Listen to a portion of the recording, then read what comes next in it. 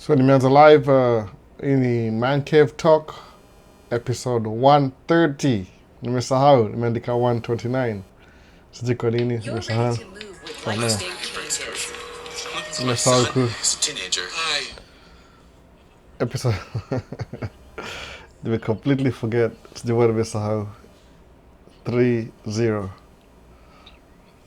Nimesahau nimeandika episode 128. Nimesahau kabisa. So welcome back everybody. Nachomo hapa chini. Kuna heat flani hapa. In the Man Cave Talk Live episode 130. Naita hivyo episode 130. So try to make sure TikTok iko on. Yini sumbua kiasi.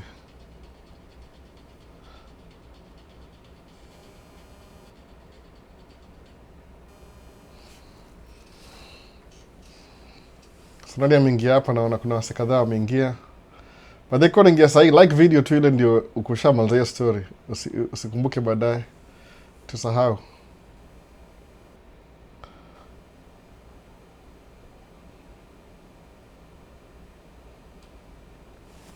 Sasa TikTok iko on. Hope sound iko fiti.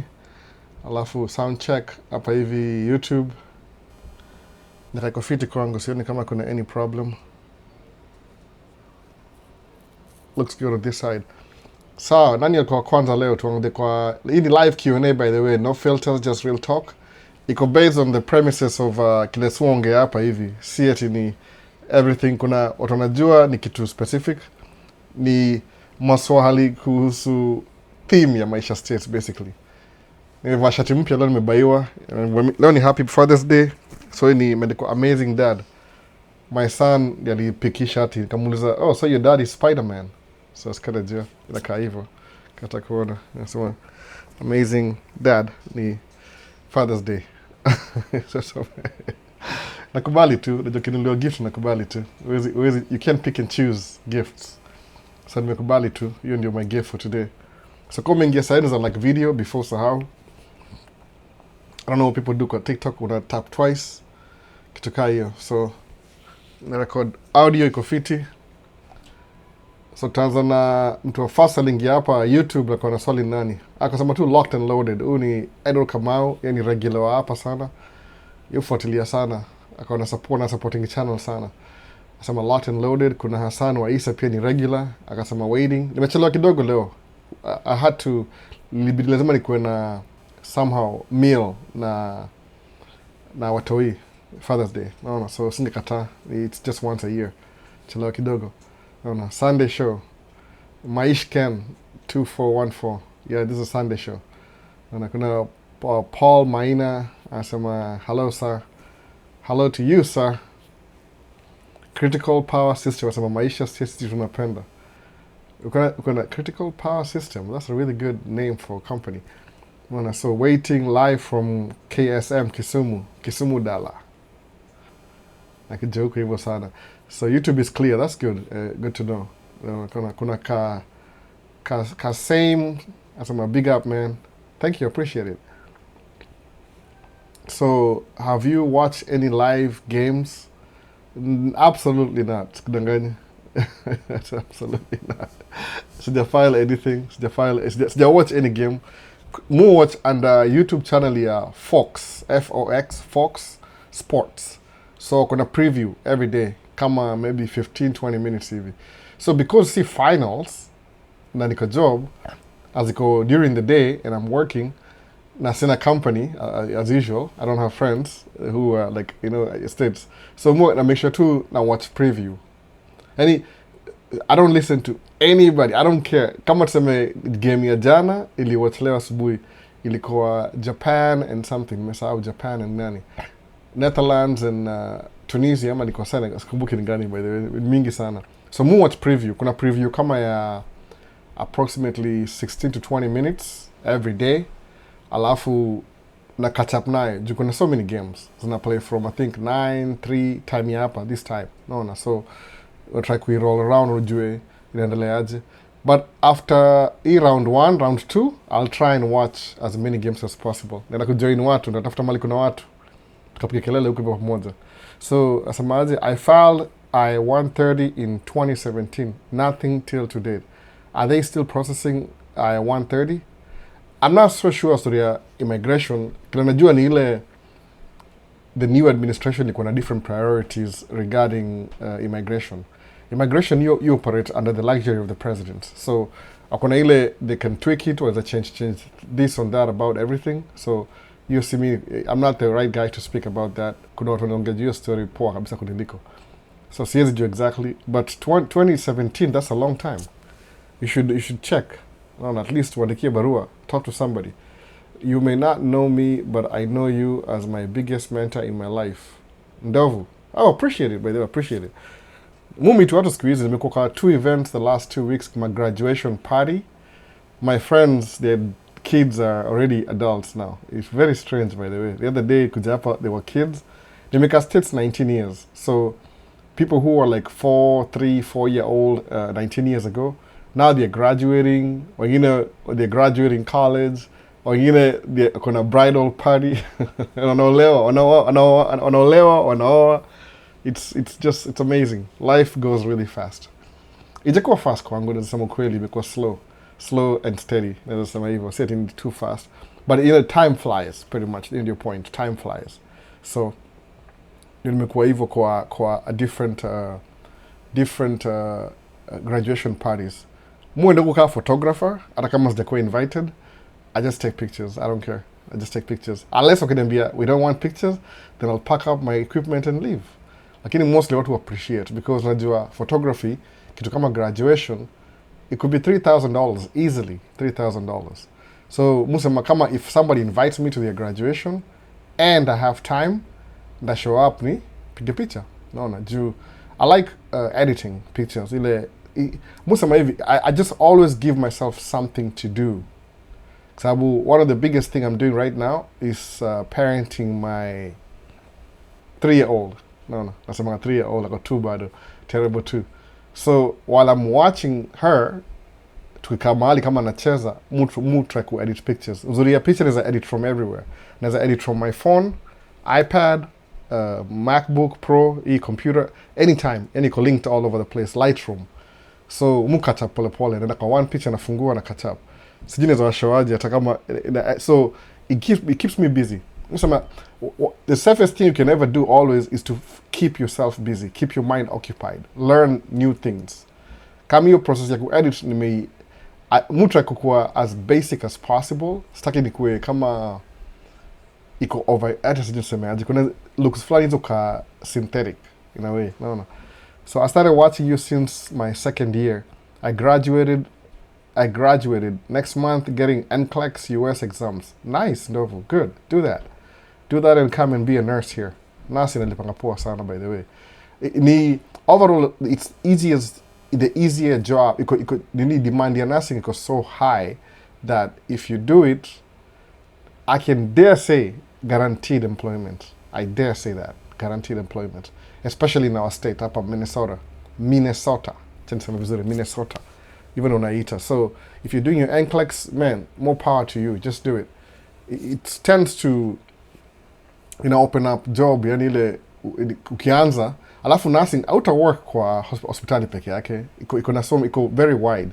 Nilisikia hiyo story kwa graduation ya my sister. Ule one of the ni professor akanaongea, ule spokes whatever host alisema ati nursing is not only surround mambo ya hospitali, unaweza kuwa administrative, unaweza kuwa different sana. And ile tu having the degree alone in open up so many avenues na roads. Na kile mu believe hapa states, despite what anybody tells you, sikudanganyi, kuna opportunity hapa hivi. It's up to you, utasemaje, what are you going to do to improve your situation? Siwezi kudanganya, by the way. I'm not going to lie to you, nika hapa niseme ati, oh, well, you see, yeah, I'm lying to you. Hapa kuna opportunity. No, it's always there, always available.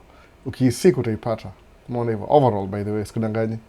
So, nasi ni mzuri sana kuanza nayo. You can do other things too. Lakini one of the, kama unaenda hiyo route ya shule, nakasema your first degree should be nursing. I don't know how hard or easy it is, But everything good is hard anyway.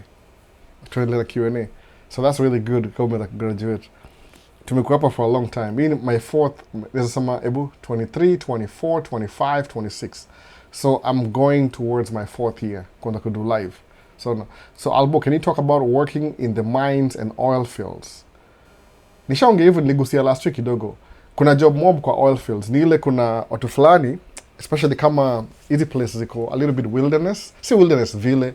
Yani kama North Dakota, hapa kwetu North Dakota, kuna oil. Lakini hiyo oil lazima ukuwe na hizi rig, hizi oil rigs. Wanaenda mahali msituni, alafu wana set camp huko, alafu they start digging. Ile rig ya kudig ile. Inakuwa moved na a couple of trucks. So, uweza kuwa when truck driver, CDL truck driver, when they are moving the rig, una move now. Alafu unangoja. So that's one of the jobs. Now, waki drill, out drill, full time, 24 hours sometimes. So, I'll need my employees, ile kama a couple of maybe shifts. Kuna night shift, kuna day shift. So, one of my friends, juka yuko hapa live leo, I wish angewambia, yeye ndio fanyia oil field kabisa. You end up for, ana leave kama on Sunday, mpaka next Sunday, mpaka hiyo Sunday ingine. 2 weeks out, absolutely, ako home for 2 weeks. Alafu then, Sunday ile ya second, first Sunday anatoka ya second, the third Sunday he comes back. Anaka 2 weeks home. Tena anaenda 2 weeks, so in the whole year, you fanya kazi 6 months. But ile every other weekend, every 2 weeks. Itongaje 2 weeks, a fortnight, every fortnight you go job, you go off, you go job, you go off. Okay, because while you're there, kuna zile hours za job, zile you're working at your job. Lakini, since you're away from home, kuna ile pay itonga per diem. Ile yani, you're getting paid, you're not working, but you're still away from home. Truck drivers are supposed to get that too, by the way, truck drivers. Because even while you're not working, you're still away from home. So kuna ile benefits unapata. So ukienda oil fields uko huko hivyo for 2 weeks, unarudi. So msali niambe tu, generally, akienda for 2 weeks, alafu arudi, you make $11,000. Hivyo tu, take home, alsema take home, hours zake. Lakini sa skill level ina matter. Wewe ni truck driver, I think yeye ni mechanic ama mtu wa maintenance. Kuna machine you maintain, ana service na kila kitu. So while he's available, if you want, ukifanya oil field, I think you can even go there for the whole month. Ukauko the whole month, make your place ikwe home away from home. But sometimes when you have kids, you have to come back home. It's a good thing if you don't mind doing that. No, na munge jua tracking juu, kama mimi niko na familia already. Nimeanza hii local tracking since my daughter was born. Nika switch sides because I wanted to be there for my kids. Sasa niko na watu wanne. So oil fields iko hivyo. You're gone for 2 weeks, you make good money, then you come back, stay home for 2 weeks. So umse particular, akuja home, yufanya, akona business plan, yufanya too for 2 weeks, like keep busy. But primarily, yusema, he comes home to his kids. So that's the good thing here, oil fields. It makes money too, lakini ni harsh lifestyle, uko away from home. Si military, si vita, unapigana manini, ni ile tu mko mahali msituni, mko New Mexico, mko wapi, place mnaku build nini, oil well. Wana dig, alafu wana establish your well, alafu they move to the next part. I think that's what they do. Sijui, napata mse, I know a couple of people who've worked there before. Kuna wengine how do specifically, how deliver jintonga fracking, ile fracking sand. Una pick sand kwa pit, una supply kwa hiyo rig. So they pay you for it too, no, tracking. That pays really good, better than what we earn over here. But the aspect ile, you're not home. So the brother labda ni $200 an hour. Alafu hours ni 15 hours, unalaka track, unaamka bado uko job. No, iko lucrative, it pays good. Sacrifice ni ile, you're away from home. So kama uko hapo, you want to do the oil field thing, instead of kingia military, mali kuna risk ya kuwa taken out, ingia oil field. But you come temporary. No, temporary. So sijui, so swali ya pili unajua oil field kama sama offshore. Offshore oil jobs, do they offer the same visa as cruise ship? They could, I think so. Because you need transit visa. Ile tu, you're not coming to settle here, you're coming through here to go to work. Ni kama vile pilot. Pilot akifly, akuja maybe from London to New York. Akiland, atapewa, akuna ile visa, itongaje, ile temporary visa, ile on transit. So ma pilot au land, juu, some of them they're so familiar na mali wana fly. So tuseme London to New York. Akifika New York, atawacha ndege hapo. Hiyo ndege hiyo kama iko na return 3 hours ama 5 hours. It depends on the layover. Mostly ndege you take 3 hours on a people wanatoka, clean, refuel, wanatoa baggages, load tena. The new crew comes in with the new passengers, turn around, inarudi tena. So the crew ilikuwa hapo, the crew that ilifikisha plane New York, wanaenda kwa hoteli. Alafu wale walikuwa wamelala fresh from yesterday, wanarudi kwa ndege. So I don't know how that works. Kama kuna pilot atatuambia, lakini kila au do ile rotation. So you could be flying when pilot wa Boeing 777, which is one of the biggest plane here. Boeing ni kubwa sana. Kenya Airways ilikuwa na 3, sijui waliziuza ama ilikuwa lease kwa Turkey Airlines. I don't think they need that size anymore kwa market ya Kenya. So this is one of the most spacious planes ni Boeing 777. But mimi ile bupenda kabisa ni Airbus A350-900. Achana 1000 is too stretched out. -900 your sweet spot yangu. No. Big sexy. Uitanga big sexy. It's very good. It's symmetrical and everything. Airbus. Sijui kwa nini upenda Airbus. I don't know. Boeing there's something American about it. Anyway, so you transit visa, you're just going through. Steven, kama mpata hiyo job, apply. Ni opportunity bado. No, usilale na opportunity, please, man. Usilale na opportunity. We apply, but make sure ni genuine. Usiende kusema ukuja hapa na story next time. No.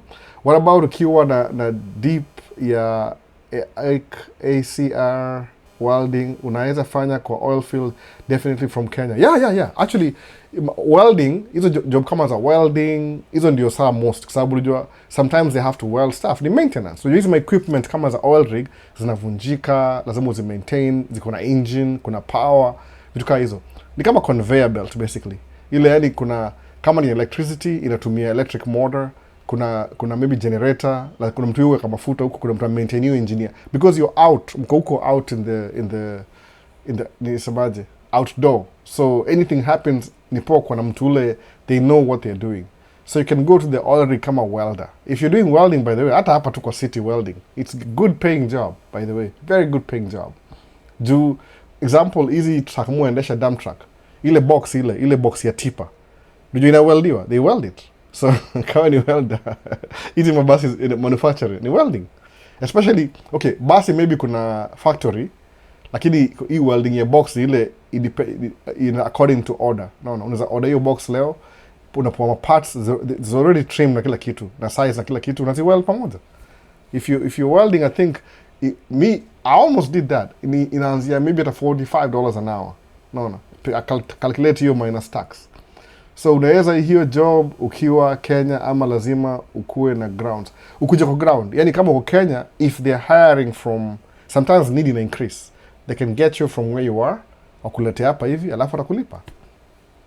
If it works for them. Ama maybe somebody needs to, kwa sababu watu wengine, sometimes you sacrifice kutoka home kwenda nje, watu wengi wapendangi hiyo story. Unajua kuna jobs zile ziko so uncomfortable kwa residents that mtu atoka nje, they don't mind, they'll just do it. No. Snap with the finger watafanya.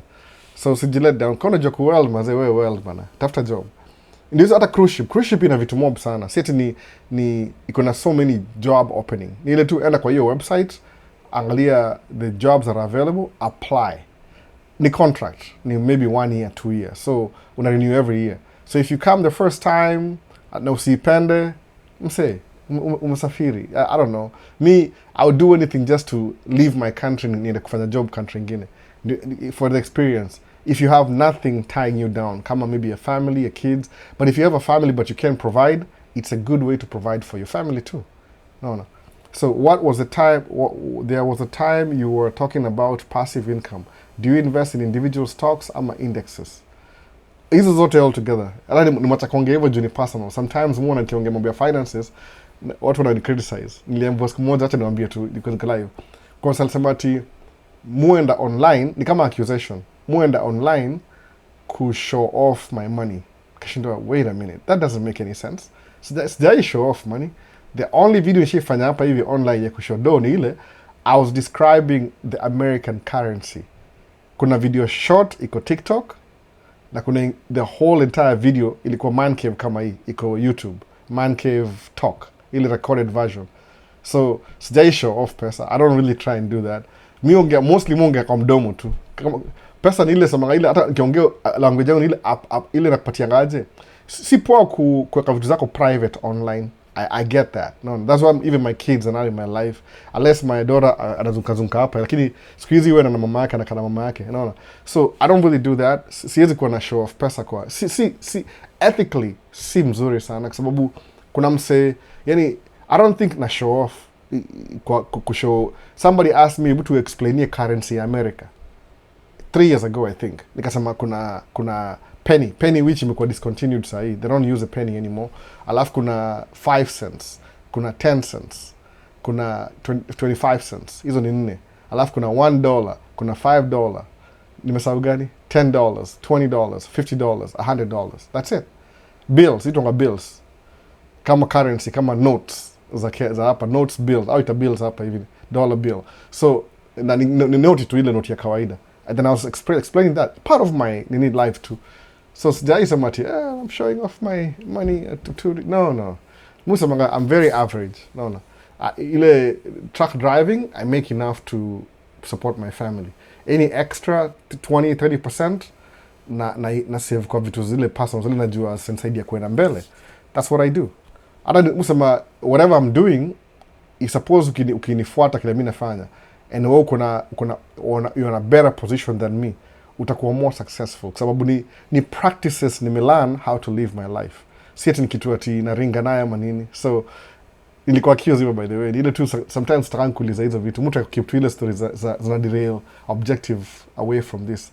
But it's been a while so I can talk about it. So yani good practices for your life. Do watu sahau. One day you're young, one day you're old, one day you're retired. Mona. Kama jana niko kwa best yangu mmoja, unamjua ule kwa anaosha Audi. Unaona? Amebuy hapa hivi. Niko kwake the whole day jana from kitu kama because the whole afternoon niko na yeye. Mpaka he got new visitors. Ndio nika exchange kasema okay now let me leave. Aitwa Brad. Kuna video yake 3 years ago akiosha Audi A8. Yeye watch channel najua na watch. Mona amekuwa sick. So ako home for a long time. So nimwambia tu sasa amehama couple of time nimeenda kwa his newest place. Nimsa akona do by the way. Shit akona do mbaya. Umeona? But ile tu ni msick so ako stuck kwa hao kila saa. Na akona do mbaya. Hata hao yake ni kubwa vibaya na ako peke yake. Unaona? So siku show off ni ile musema I'll share the good practices that you can do ikusaidie ku maneuver through life as a Swahili speaking wherever you are. Naona so kama una understand Swahili. Kuna reason why munge Kiswahili. Nisema tu itakuwa specifically kwa targeted audience. Naona. So looking for flatbed drivers. Can I train if they don't have flatbed experience? Pioneer. Looking for flatbed drivers. Can I? Yeah, they'll teach you everything, by the way. The most important thing is driving the truck. Pioneer. It's driving the truck. Any training up in between, they will teach you. Because if they are looking for flatbed, can I train if they don't have the flatbed experience? I don't know exactly. Now interpret. Maybe you know if you get the job. Eko clear, but I'm trying to make assumptions from the question. Nile, they will train you. Because what they need ni a driver for their truck. So if you don't have experience, they will train you. It will take a little bit longer, maybe a month before we settle, but they will train you. So KMS, please, you inspire me and I get so much information because I need some insight on what to buy at least. That's good, K. What do you want to buy? What's the insight? What do you want to buy? On the investment, mu buy niko kwa basket of investment. Kama kuna ile basket ile S&P 500. Nilan couple of maybe 2 years a year. It's good. Sababu you don't have to worry about it. It's growing on the background. Lakini aim yangu, the future goal, niko kwa na ile cash producing asset. Ni kama niko na maybe parking lot, niko na apartment buildings, nasema hivyo. Ni goal yangu. Najua ndaanza na loan kama kawaida. Ndio mwanga very keen nasemaje, let me learn how to manage money. So far so good. Niko very good at mujua kama if I come into money in the future, siwezi make stupid decisions. I've been preparing myself. Nililampia hiyo kwa book by the way. Ile tu you ismaje fake it until you make it. Naona. Pretend you're a millionaire now, then live like a millionaire now. I'm a billionaire, whatever it is. Alafu semeaje, because I'm pretending to be, una create ile mindset. I was saying it only takes about 90 days kitu na practice on a daily basis kukuwa part of you, part of who you are. No, a moral fiber. So if you practice smoking on a daily basis, in 3 months takuwa addict. No. I'm just using an extreme example, but you know what I'm saying. No. So I mean, I'm looking for drivers, and if you need flatbed training, I can help you. I can help them. Okay, anybody. So you're looking for drivers who flatbed training. Pioneer is looking for drivers. It needs flatbed training. Can help them. I explained that already. So I don't know any drivers myself, but if anybody who's watching and wants to drive a flatbed, get in touch with Pioneer. Pioneer is his name. So offshore oil job. Okay, I've already answered that. So tuende next ni gani kwa YouTube. Semaje VP Albo. Hope your Sunday is going well. Glad to see you here. Michael Ochieng. Oh, welcome back, man. Welcome back. Huni regular pia hapa hivi. Nataka tu one day niongee na Michael Ochieng niambie niko mahali niko where do I place you? Niko wapi? So it's two of my favorite states. Niko Minnesota. Michael, I hope niscape from where. Yani ama regular watu regular. Msema tu mazee kama man, kuna RSG. It's so una meet msee kana ku watch 3 years ago na yuko hapa. Unaona? Acha tu niwache na hiyo story. Ndaropokwa. It feels good. If something I said 3 years ago will inspire somebody and they did something, now can end up in a very good position sahi. Ama they're on their way. Man, it's very encouraging. No. I don't get anything from that. I don't really get anything from that. Like I'm proud of you and whatever you're doing. No. So kuna basket investment S&P, how do you get to it? Is it through the bank? No. Kuna brokerage. I used to take it like a little bit ignorant, but there's a lady on Instagram. Alisema ni kama initwaje. There's one maybe I should get that straight because I've been watching Instagram yake, but I've never talked to her. So I'm just quoting based on her videos.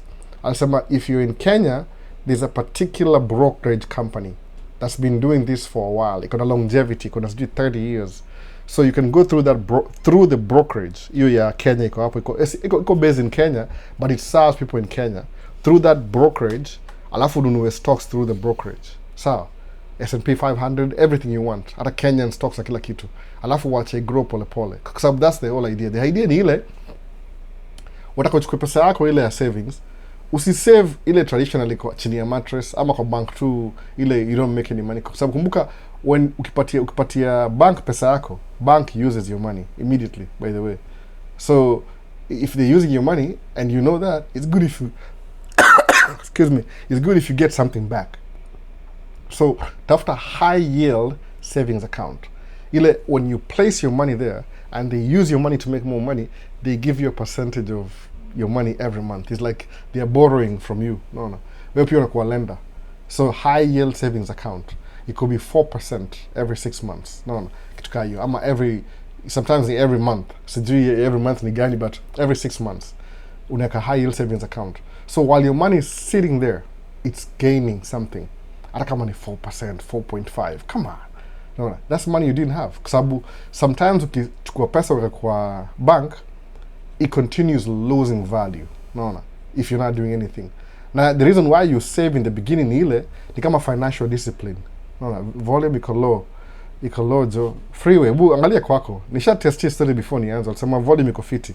I'm speaking to the microphone right here. No. Angalia side yako maybe ni side yako. I don't think nisha test hiyo study alisema iko fiti. So Pioneer, if they are thinking of switching from drive-in to flatbed, I have a great opportunity. So guys, get in touch with the Pioneer. Kwa TikTok hapa hivi asema he has great opportunity for flatbed truck drivers. I think so. If you're willing to. So is that good enough, Pioneer? Let me make a shout out. Okay, good. So anything else imekuja hapa? Ni kuna leo volume iko low. Cliff asemaje, Albo, hope you're doing well. Over the road is not letting me, OTR is not letting me watch the live. You inspire me, man. Don't worry, Cliff. Everything is recorded. As soon as the live is done, maybe a few seconds, it upload. You can come back and watch. Or you can just leave your question. Believe me, if I read all comments, it might take me a week sometimes more get caught up, but I read all the comments. So if you have a question that you think can wait, just comment on the comment section on the video, specific video. In the context, okay, this is what I want to know. This was my question. Just ask. But the recording, I'm gonna post the recording later on Friday maybe, this recording. Then live is always available. Kuna playlist inaitwa Man Cave Talk Live playlist on YouTube. TikTok, I'm not saving anything. Unfortunately, you have to move over to YouTube. Ndio mwone hiyo nini savings za the whole entire live. If you want to listen to nini Q&A. Sometimes mu play live yangu in the background when I want to know like exactly what I'm saying when I'm doing stuff. Naisikiza tu ile kama passively. But that's what I'm saying. Ile kuna brokerage flani kiko Kenya, you can buy shares. Alafu na keep building pole pole as you go. So don't dismiss that. Just stick to that too. Build nini yako pole pole in the background. You know the whole idea. Ile tu you're always investing. Sababu if you're always investing na your money ile umesave ina make some interest, that means you're beating inflation daily. Naona hivyo. So frankly, mbona hizo lami, tarmac roads za huko majority looks grayish ama ni concrete? Ni concrete. Kuna mixture.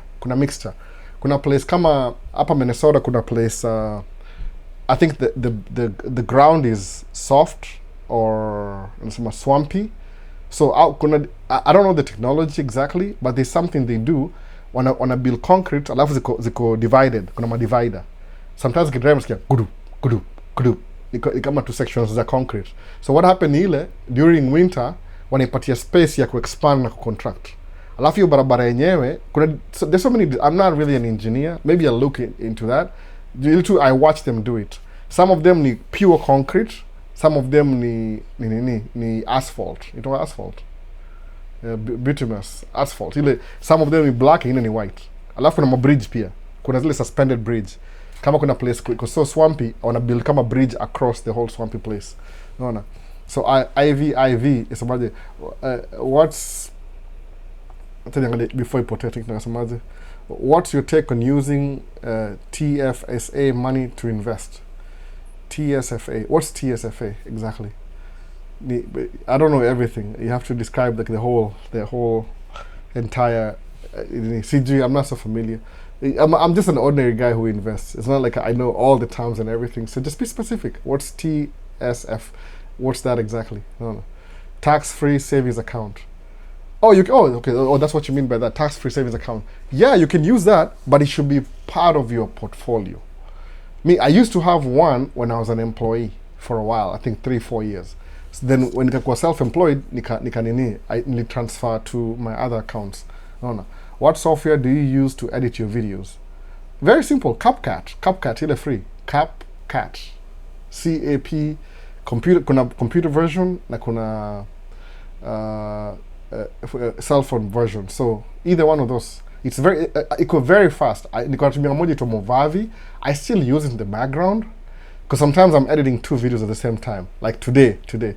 Kuna video moja I forgot to post May 29th. Nimegundua leo. Oh my goodness, I forgot about this one. So I'm editing on 2 softwares at the same time. So Movavi, I bought it a couple of years ago. I still have it. It's very good. It's very clear on the computer, but CapCut is superior. Like I don't know. CapCut is another level. It's nearing easy professional easy. I think it may surpass professional. Easy unalipia. Kama Final Cut Pro. I mean, if you're used to that, you're used to. You need to know exactly where everything is. No. So that's what I use, CapCut. I don't really edit a lot. Trim, join, stuff like that. I'm not that good at all these things. Ni self-taught. So have you tried? Yeah, I have DaVinci, but I don't use it exclusively. I use it once in a while. It's good too because it has all the tools, even the free version. MCorp. MCorp. DaVinci is good if you learn how to use it. Like in CapCut will pretty much do you good. DaVinci is good for projects, like paid projects. Kuna ile color grading, kuna ile wheel, kuna kila kitu. So many features for the free version, by the way, kuna kila kitu. But CapCut, oh man, for YouTube videos, it's fast. Before, I used to upload live na leo. Itarenda mpaka kesho. Then kesho I'll touch up, Monday, Tuesday. Siku hizi, if I go upstairs right now and there's nobody in the house, nikae chini na hii video hii. 30 minutes, it's done, it's rendered. Yani, nishai edit, nishai kila kitu, ngoja tu alafu na upload. In 30 minutes, it's super fast. It's just that I'm so used to Movavi for the last, I don't know, since 2019. But I'm going to be a CapCut. It's much better. So that's what you want to do. So what do you think about the adding SEP IRS on Roth IRA for more savings? Curious about your thoughts. Man, do anything. Like anything. Nimesemaje in the beginning, I don't want to do the personal, I don't want to do the personal talk. Somebody said, maybe nafaa kuavoid mambo ya personal talks. But Navy, if you're going to invest, simple too, you know what I'm saying? Diversify. Anything investment available to you. Kama ni, name them. Wherever pesa uko kama uko naye. As long as every month you should be making some passively. Hata kama ulieka $10, you can make $1. You need 10%. It doesn't matter. Because that habit here is saving. Because the first thing hivi, ile Milan, you save. Okay, you get money now. Take money for your personal needs, everything, personal needs. If you don't have enough money because of your job, well, then if you have some time, get some side hustle. There's some side hustle. The money from the side hustle, wacha hiyo ikuwe investment. Juu, kumbuka hivi, suppose, okay, niseme kama mimi side hustle yangu ni photography. Hizi ni lens hapa, nimeziweka hapa ndio mtu yeye zipate. Hizi ni lens. So, my side hustle ni kupiga picha, photography. I'm going to use this kama prop. Unaona? Hii ni Sigma 30mm 1.4. So I'm going to use photography ndio hii. All the money I make from this, what do I do? Na kwa high yield savings account. Forget about it. So, did I make the money? Yes, I did. Okay, what if next week, then I have another side hustle here, photography. Then I make some more money. Na invest kwa high yield savings account. Ingine na invest kwa high yield savings account. So what are you doing? Una accumulate pesa. When it gets to some particular goal, maybe if you get 100,000, you can pull out that money, 100,000, and find another investment that produces even a higher cash flow. Ina make sense? Kama sa ile example yangu, hii ni real story. Nilikuwa na I was saving 2,000, 3,000, 1,000 every month, something. Whatever I pay myself for my bills and my discipline too, by the way, for my bills and everything, whatever is left over in the account after paying the bills, naichukua na kwa savings account, high yield savings account. Nasahau. Okay, sometime kwa business, whatever is left over profit, hakuna kitu imefanyika. I take a chunk every quarter na kwa high yield savings account ingine. So, nilienda hivyo 1 year, 2 years, the 3rd year, I needed to buy a truck. Nikienda kuangalia account. Unajua all my accounts all together, naambia kweli kabisa, ilikuwa over 100,000. Just like that. Siku pay attention for 3 years. Didn't even pay attention. Ile discipline too. Sababu sema hivi, if somebody gives me a challenge, I want you to do this and this and that. Muisema, let me do I'm stupid enough to just do it. If it doesn't work, well, niko na ile first hand information, it didn't work. But hii ya kutoa tu haba na haba, ujaza kibaba. So what did I do? So ni invest na truck. Hiyo truck so I needed to buy a truck. Wakasema kuna options ya financing, they need a down payment 20% down. Plus it will be advantageous if I can pay the sales tax upfront. Alafu finance whatever is left over. Nikaangalia hesabu yangu, I had the money. Nikatoa 25%, ile 20% ya truck yenyewe ilikuwa this much, alafu plus taxes. So from the get-go, I already paid my sales tax, I already paid 20% down. Nikabuy truck. Unajua within a year and a half hivi approximately, nilibuy gari October, the following year, alafu the other year hivi, niko nisharudisha hiyo pesa yote ndani tena. Na guess what nilipata? Nilipata a truck that generates cash flow. So, nimetu life ili change. I had another kid, story kiendelea hivyo. But that's just part of life. But ni ile, whatever I was doing in the beginning, kuweka pesa aside, kuja could save you 20% down, kubuy truck, ili create a consistent cash flow. Alafu, I would have never known your feeling ya could get cash flow if I never did that thing at that particular time. Your 2 years, 3 years thing, you need to teach something. It's possible. Nikiongea na nyinyi sahi, naongea through personal experience. Ile you get some money, you pay your taxes. Usisahau hivyo tax, you pay your taxes, pay yourself, leave some discipline to ile financial ration do. Alafu ile ya mwisho invest kando. Sahau tu forgo ile a good trip, a good meal, a good car for now. Later on 3 years from now, you'll have money for that car and you'll choose not to because you realize that car feeling you had 3 years ago was not really important to you. You kind of felt it. You got feeling too. It just passed you by like nothing. Mwana. So basically, no. Fanya tu hivyo. Try to uone. No. Sacrifice kidogo. Musema tu, you need to make a little bit extra money ndio kuna ile extra ya kuinvest. Because it pays back. Si bure. You whatever first class ama first world suffering you'll call that, like, oh, I'm so unfortunate, I'm not spending money on nice food or I don't have a nice car. Una sacrifice. You get the point though. It'll pay off later because later on you'll have the money to buy that car you wanted 3 years ago, but you skipped it just to be in this position today. Not evil. So it'll work out. Usi underestimate your story. Is a book is a Think and Grow Rich. I was just reading them. No. So compassionately hapa hivi. Greetings from East Coast, East West Coast. Jenny, even non-resident students are here. Samaje, which is the best Roth IRA? The Roth IRA, just Roth IRA. Schwab wako nayo. Yeah, just do that. Unaambiwa na M-Corp anakuambia kila kitu. So acha niangalie kwingine hapa semaje. So Franklin kuna barabara za ile kawaida ile lami ile black na kuna concrete. They mix them up just depending on your area na kaaje. Everywhere. Naona. Alafu kuna mahali unaona it's more advantageous kuwa na concrete roads ndio maintenance inakuwa easier. Umeona hivyo. So Maxwell asemaje ni aje? Poa sana Maxwell, vipi bwana? Karibu, welcome back. Ana swali pia asemaje ni aje? Please interview the guy working in the oil field rig if it's okay with it. I know somebody who did, but I have to find them. Alafu najua mara mingi unikiambia msee, hey, tuongee juu ya kamera, anakataa. Kuna watu, they don't like being on the camera. Mutra convince wase inakataa. Lakini najaribu. I'll find somebody. Ama nampigia simu, tuongee, alafu nimuulize kama naweza record audio. Ndio musikie from here, si mimi. Unaona? Visha anasema vipi kaka? Poa sana. Naona. Jenny, they ask where you are getting cash. Students can work full time in summer. Yes, they can. So ndio hivyo bana. So ndamuuliza hiyo. Lakini enda oil field. Si kitu ya kuuliza by the way. If you're thinking about it, kama kuna opportunity chukua.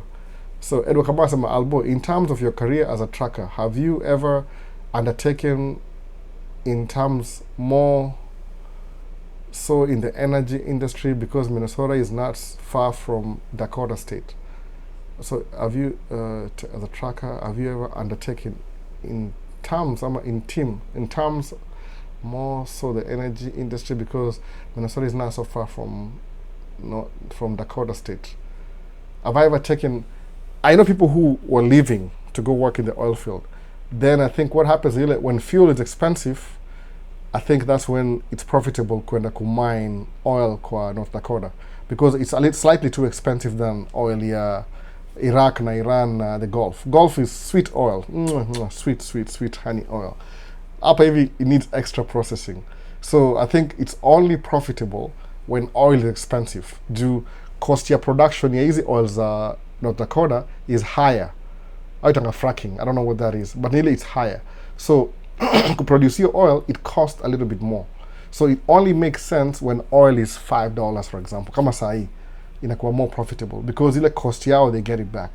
But on regular days, oil ya America, at least North Dakota, it's more expensive to produce. So I think maybe I'll produce oil, maybe maybe nasema hivyo ili tu pole kuweka kwa ile national reserves kama sasa maybe una produce ya oil ya military kitu kama hiyo. The government can afford it. No, wataka jua $5 here, take it, just do it. No, subsidized kagava. Lakini kwa commercially it's a little bit tricky now. I'll try try to make sure that your oil need a little bit more expensive than Iran, for example. Iran is sweet honey oil. No. At a refinery, most refineries in America, ziko built kuprocess ile oil ya Middle East ama ya Venezuela, si hii yetu hapa. Hii hapa, hata hii hapa ioniwe na gava, inaoniwa na corporation. Watu sahau pia saa zingine, unaona, si gava ina own corporation, gava ina regulate tu, unaona hivyo. So people don't benefit directly from it, companies do. Ni msema open your own company, unaona hivyo. So Franklin asemaje for UOE ama hi. So huko US cooking gas zina flow kwa ground pipe ama ni aje? Cause I've never seen a gas cylinder in America home kama huku Kenya. Yeah, mostly ito natural gas. Wakibuild sema kama neighborhood, when they're laying down ile pipe ya maji, sewage, you know jobs ufanya by the way. Most of the jobs ile sikwagi mulodiwa naenda. Sometimes I'm in a job na nandalodiwa naenda. Kama hiyo video ya mwisho muona, hiyo video ya mwisho. Hebu ni video gani? I don't know. Ilikuwa tunnel.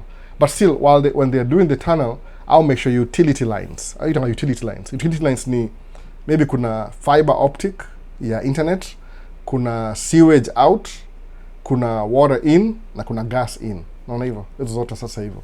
So ito natural gas. So within a city wakona substation mahali alafu inaenda underground. So ina supply ni kama tule maji unafungua alafu kwa kila nyumba kuna meter. So hizo meter siku hizi ni electronic. Zina send back to the alafu wanakubill every month. Na kwa hivyo. But if you live in the countryside, ile tu seme away from the city, kuna tangi una tangi maybe I don't know what capacity. So they come to your house wanaijaza maybe twice a year. Alafu wanaenda. So you get your gas from sometimes ni over the ground tank, sometimes iko underground. Lakini kuna watu wanaishi Ocha, countryside, hata hawana maji ya city, they drill their own, they sink their own borehole. So wanachukua maji borehole ina processiwa alafu inakam kwa nyumba yao. Hiyo ni ile mbali na city. Lakini if you live within a city, hizi ni ma utilities ziko provided in a city. Of course at a cost. So natural gas, the only time unapata mtu kuna cylinder is when they are camping out there, kama ni nyama choma kwa park. Utabring kadogo tu hivi, ni kama half the size, ama ni sijui. Ndawa show sample. I'll show you a sample next time kuna barbecue. I think next week kuna barbecue. Hapana. Sometime. Ndawa show. Na explain kila kitu. Na activity alafu ni explain exactly how it looks like. Ni ya grill tu, ya grill. Lakini hizi cylinder hizi specifically rarely. You can buy one if you want to, but kama uko nayo kwa nyumba, why buy one? Ndio hivyo basi. So ulifanya ile kitu ya trust holding company etc. MCOP chini ya maji za vitu chini ya maji. So not me asking for others. Mimi niko sawa. Sasa unaifanya tu pole pole alafu una create. Nilembo nisiongee vitu zingine kwa nini juu niko criticize. Somebody told my parents alafu wakaniambia. Nikaona kuna either ni two things. Watu wana misunderstand kile nasema ama somebody chooses to hear what they want to hear. But ni kitu muhimu sana. S&P, I think it's expensive to maintain corporation portfolio. Yeah, if it's expensive, tafuta the cheapest one kuanza nayo. Alafu tafuta the cheapest one. Nasema hivyo. The ideology ni ile ni kama niseme hivi, kama unafanya job US watu wengi, au chukua 401k. 401k ni ile una contribute maybe $10 every month. I'm using $10 as an example. Then the company you work for ina contribute $10. So every month you contribute 10, wana match 10. So it's like you're getting 20. So kama kuna job, to me you kama could build investment. Juu everybody you want, mara mingi utaanza na nini? Utaanza na domob ukianza. Kila mtu yuanzia kwa ground. Mimi nikianza tracking nilianza na kama dere for 1 year. One season. Nasema one season. May to November. Alafu the following year nikaanza March kama dereva. By May nikanisha by truck ile I was driving. Hiyo truck ilikuwa very old truck, nilinunua na personal loan. Nikaenda kuidrive tu ile kuendelea. Ilinisumbua iko inaharibika repairs, but I persevered. At least niko na mtoi mmoja na sasa nimeoa. So that was good, at least niko tu na one kid ko responsible for. Alafu nikaendelea hivyo. 4 years you're tracking. So unaanzia mahali. As long as you're building towards where you want to be. Naona. Nasema word kama trust the process, ni cliche, lakini ni process. Naona. You have to, unasemaje, I'm going to travel from, example, Nairobi to Mombasa. The first thing to ile highway mpya, ile toll road, ya kwenda Mombasa when they could drive. So, unasema I'm going to travel from Nairobi to Mombasa. alafu ingie private jet to fly for 45 seconds or 45 minutes, I'm sorry, uland the is that your private jet or is a friend hooked you up or sijui utaanza from I'm gonna go to Mombasa today with nothing, alafu ingie private jet. Ule msa ingie private jet could actually invest before no your private jet, no ama buda yake invest ama somebody in their family, unaona kitu hiyo, unaanzia mali alafu una build.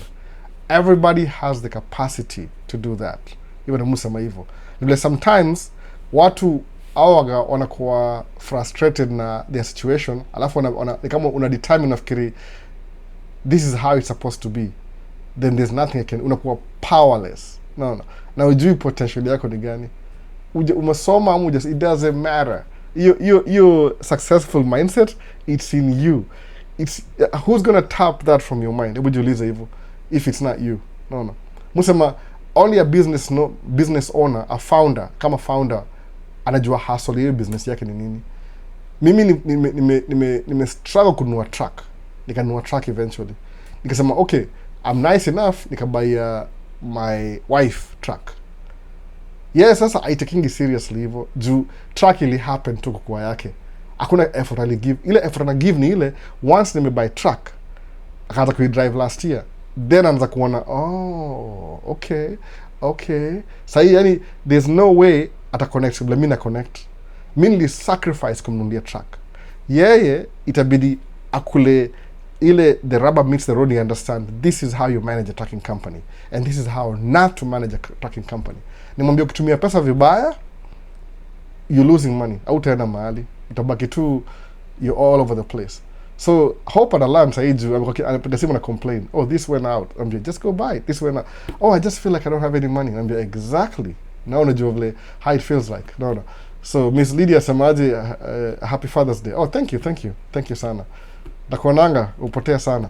So kitu yani ile only the founder ile kitu kile umecreate uta understand the urgency na the intensity ya kuibuild. Somebody else from outside atakaangalia ku judge based on sema huyu alikuwa anaongea nini, ambashati ya white ya Spider-Man. No you as a Spider-Man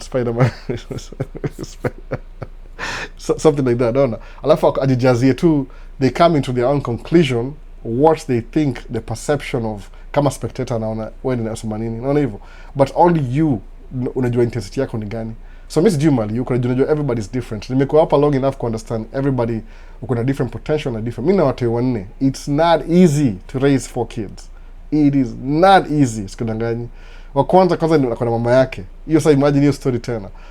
You know what that means, naona. Kama kuna mama yake unajua ni nini inamaanisha. Kama mimi siko na yeye na kuna mama yake, kuna kitu inaitwa child support ina exist. Sawa, hiyo ni story nyingine tena. Lakini si lazima kwa kila kitu kwa mbele ya kila mtu. Hizo vitu yani hizo ni vitu minor. Hizo si vitu major. Major ni ile ukimake dough, if you feel like you're not making enough money, na opportunity hakuna kabisa. Umejaribu, yani according to wewe your capacity. Umejistretch mpaka umeona muishi hand to mouth. Usikie making it this much every month. Na hata ifiki mwezi mzima. Uone okay, ikitoka hapa niende maybe mahali golf, one of the countries in golf wana hire watu, ama on the cruise ship job. Ni contract by the way 1 year. Nisikia wanalipa this much. If I make this much a month plus travel expenses, itakuwa na slightly extra income? Yes. Chukua hiyo opportunity. Naona. Who do you need to consult with? Kama umeoa maybe ni wife yako na watoi na familia. But kama hujaoa uko peke yako, enda jiuka samanga hivi. I'll marry when I have enough money to take care of a family.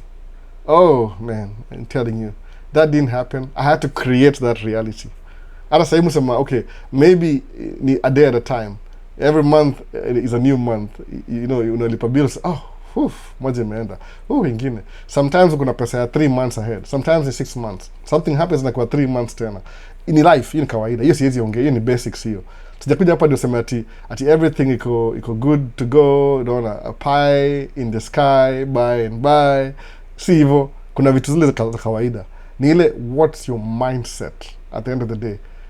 What are you thinking about ili itakupeleka mbele? Unaona? What's your mindset? Kama unaishi uko 20s, one day utakuwa 30, utakuwa 40, utakuwa 50. Best yangu alikuwa 60 year old jana, naona, na ni mgonjwa. hope upone. Tulicheka, tukaongea, tulicheka. Yaani alinichekesha sana by the way. Nimpiga picha kama 400 pictures. But I had so much fun. Na tunaongea freely. Alafu anaongea fearlessly. Yasema tu anasikia kama gari ya polisi inapita, ambulance. Anasema I thought they were coming to get me. So anaongea kama yani ile anaweza kufa anytime. Honestly, anaweza kufa anytime. Ajali anaongea tu ile jokes. Anasema nikikufa make sure waambia wase wakinichukua wanieke. Alisema hadi sijui kama nimekia joke hapa hivi. Acha try describe. Alisema akikufa amulalishe chini, si akiangalia juu, akaangalia chini. Alafu akacheka. Kama kwa nini? Akasema because I want everybody to kiss my hiyo. Naona huko nyuma. Kiss my duda. Hivyo. Akona tulicheka sana. Anaongea tu continuously. Huyu ni mse sijui msema akona kwa watu pesa ngapi? Akona investment kila mahali. Akona do mbaya. Naona. Ni mletu sasa kwa mgonjwa amekwama kidogo. Na akipona atarudi back to endelee. Naona. Ndio hiyo ugonjwa umemlemea sana. Sijui na chemicals na nini kitu hapo anajua. But tuli have fun, so much fun. So msema as long as nakumuona na kwa live tutaenda tupige story tufurahi sana. Na ni mgoso. Best yangu mgoso. Hata familia yake kuna shanga. Ulijuaje umse kutoka East Africa sema tu hujui. Umse do YouTube. Okay. It's like everybody knew me. But I had so much fun yesterday kuongea na yeye. Mnamjua kuna video yake kwa 2023 akiosha gari. Naona ndio yeye sasa. Maybe nita post video zake ma SSG. Naona anambia nataka mkunyoe nywele. Tunaongea tunacheka tu. The same pace kwa tunaongea. Na ni mgonjwa. Najua ina uplift nasikia poa na bado niko na mabeste. Naona. Juu wangoso wengi wako very plastic. Wako very plastic hivi. Hawananga zile commitment. Lazima tuwafundishe hizi vitu. Naona. Wajuage.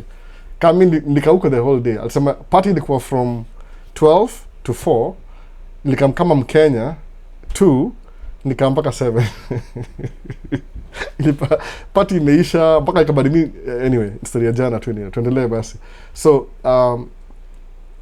hapo nani kwa huyu ni Franklin nimaliza. Next.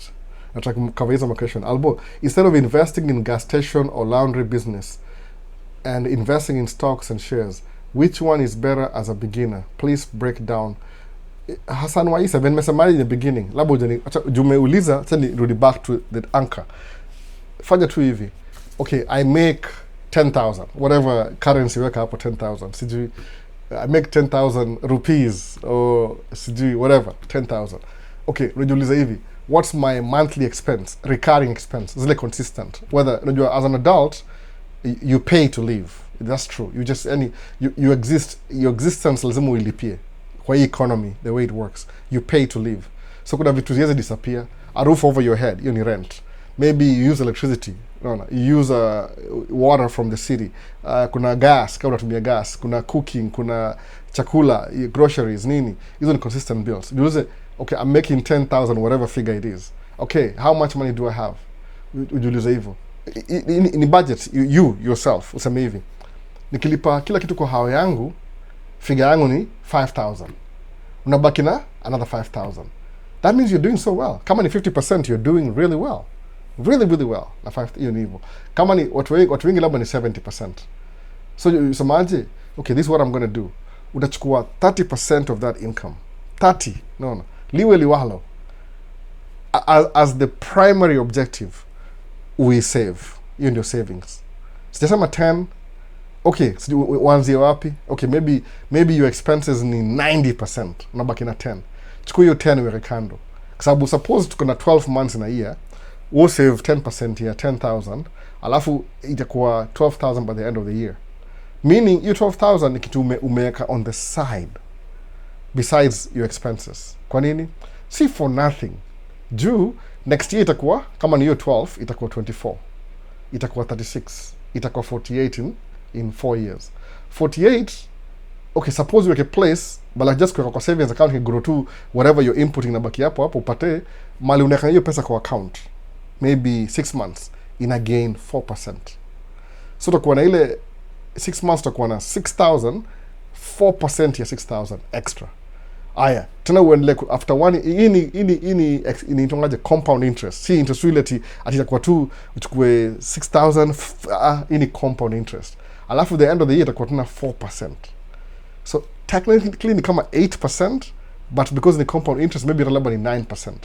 So ile ndio unaweka kando, unaisave, then a bank because they use inakupatia extra ka 4% ka ile thank you for letting us use your money. Thank you. 4 years opata, you should be having 48, but because ile 4% imeaccumulate, maybe ni 52 ama ni 56. No. So ime increase kidogo. That's what I'm saying. Alafu semeaje, uangalie, uanalyze, unaje, what thing can I invest in na 50,000 sai ini guarantee utapata 50,000 back immediately, but you'll start rolling the wheels something. No, I can invest this 10,000 50,000 sai guaranteed every month. I was saving 1,000. Useme basic, I want to double that, ini guarantee 3,000 a month. Naona hivyo tu, excuse me, hivyo tu seme what can I want, maybe ni buy ma 3. Nasema tu example Kenya hapa, maybe ni buy truck. Sawa, okay, truck ikuje, truck it's not an easy thing. Utabuy truck, uweke dere, ulipe insurance, ubuy mafuta, uifanyie maintenance, what happens at the end of the thing. So truck upati nakuletea another dollar amount this month. Unaona, after everything una save 5,000 after 4 years. But remember, before ununue truck you were saving 1,000 a month. Ukinunua truck now you are saving 5,000 plus 1,000, inakuwa 6,000. You see what I'm saying? So pata ile 4 years kufika hiyo 50 ni 4 years. But once you may invest kwa truck for example, alafu upate profit ya 5,000, now you're putting 6,000 plus ile 1,000 ya first kwa savings, na hii 6,000 si unaitoa, ni truck inakumekia after kulipa bills za truck zote. Unaona, unaweka 5 inakuwa 6. So kama ni 6 sahi, hiyo ni year 5.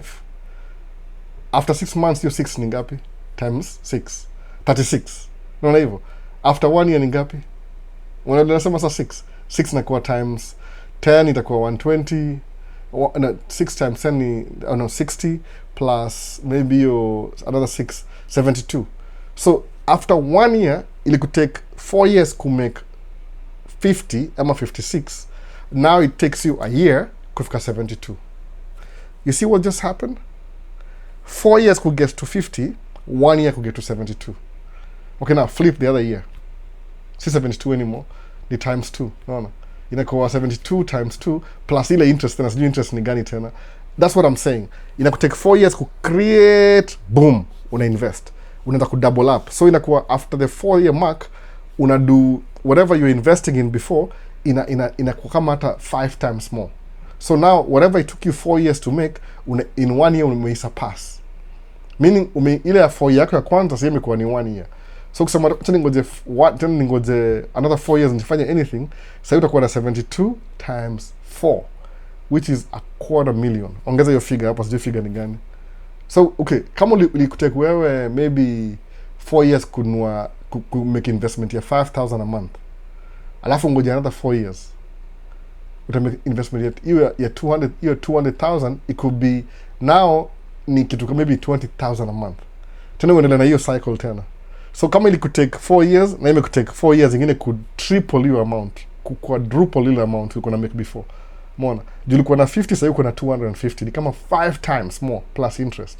Alafu ichukue hii uinvest tena, ikubringie 20,000 a month. So unaona what I'm saying? So as you get older, ulikuwa 25, kufika 30, uka-invest. So una make ile whatever it took you 4 years in 1 year. Aya, tena we invest another 4 years, imekuwa 250,000. Another 4 years ni 1 million. Another 4 years ni, you see what I'm saying? So every 4 years, una increase na kile una save. Why are you saving?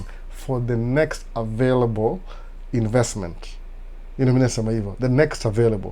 You sometimes hauna pesa ya kununua truck cash, but if you're saving, hata ile discipline, when you're buying the truck, utakuwa very careful, kwa sababu hii pesa hii inakulipa naye truck, ni sweat and tears.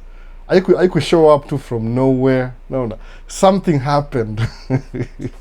Uliona album akienda kununua sijui nini, ukaiforgo, ukaachana naye.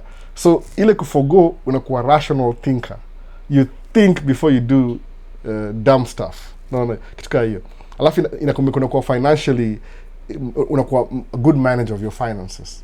Ukiendelea hivyo ina quadruple. So kama it take 4 years ununue gari ya maana, if you want after another 8 years wasemaje, ile 50 moja mbaki pale juu, ile ya 250, acha nitoe 50 ninunue gari cash kusatisfy ile tu kufurahisha roho, alafu ndio move to the next level. Semeaje, now that nishafurahisha roho hii section, wacha the next ikuwe investment. Aya, 4 years tena utasema because nilibuy gari moja last time, wacha ninunue nyumba kubwa kwa hii investment, the 8th year ni feel kama I'm heading somewhere. Alafu niongoje 4 years tena, nikisema wacha ninunue board. You see what I'm saying? Ina grow tu pole pole. So every 4 years una move to the next thing. That's why you save money. Hata hiyo for 1K za retirement, hizo utangoja labda 40 years ufike 65, but still ufika 65 hivi you've been doing something kichini una invest over time. Hiyo ndio real life iko hivyo, by the way. Ile life ile, kwa sababu hautakuwa young forever, hautakuwa na energy forever. Lazima pia unakula vizuri, una exercise ndio kuwe healthy. Jua samangaje, if you don't exercise, wewe ni mnono tu ovyo unakula. Hiyo ni advice yangu personal. Nasema choose your nursing home. Unaona? Ama choose where you're gonna, sababu utabaki hata uweze na kacho when you're 70. Kwa nini? You're too heavy or exercise muscle. Ni mupenda photography because kama jana nilikuwa na sijui ni 4,000 steps just taking pictures. Unaona? I like that. Juu nipatie ile una move around. Unaona? That's what nasema hivyo. Yani lazima ujeke place, yani ile at least you're moving around. Unajua tu whatever I'm doing right now inani benefit in this and this and this and this. Hata ni try kuandisha TikTok tena, ikubali sikatike, imeendelea sasa. So instead of investing in gas, place breakdown. Breakdown Hassan wa Isa. Una save tu hivyo kuendelea mbele hivyo pole pole.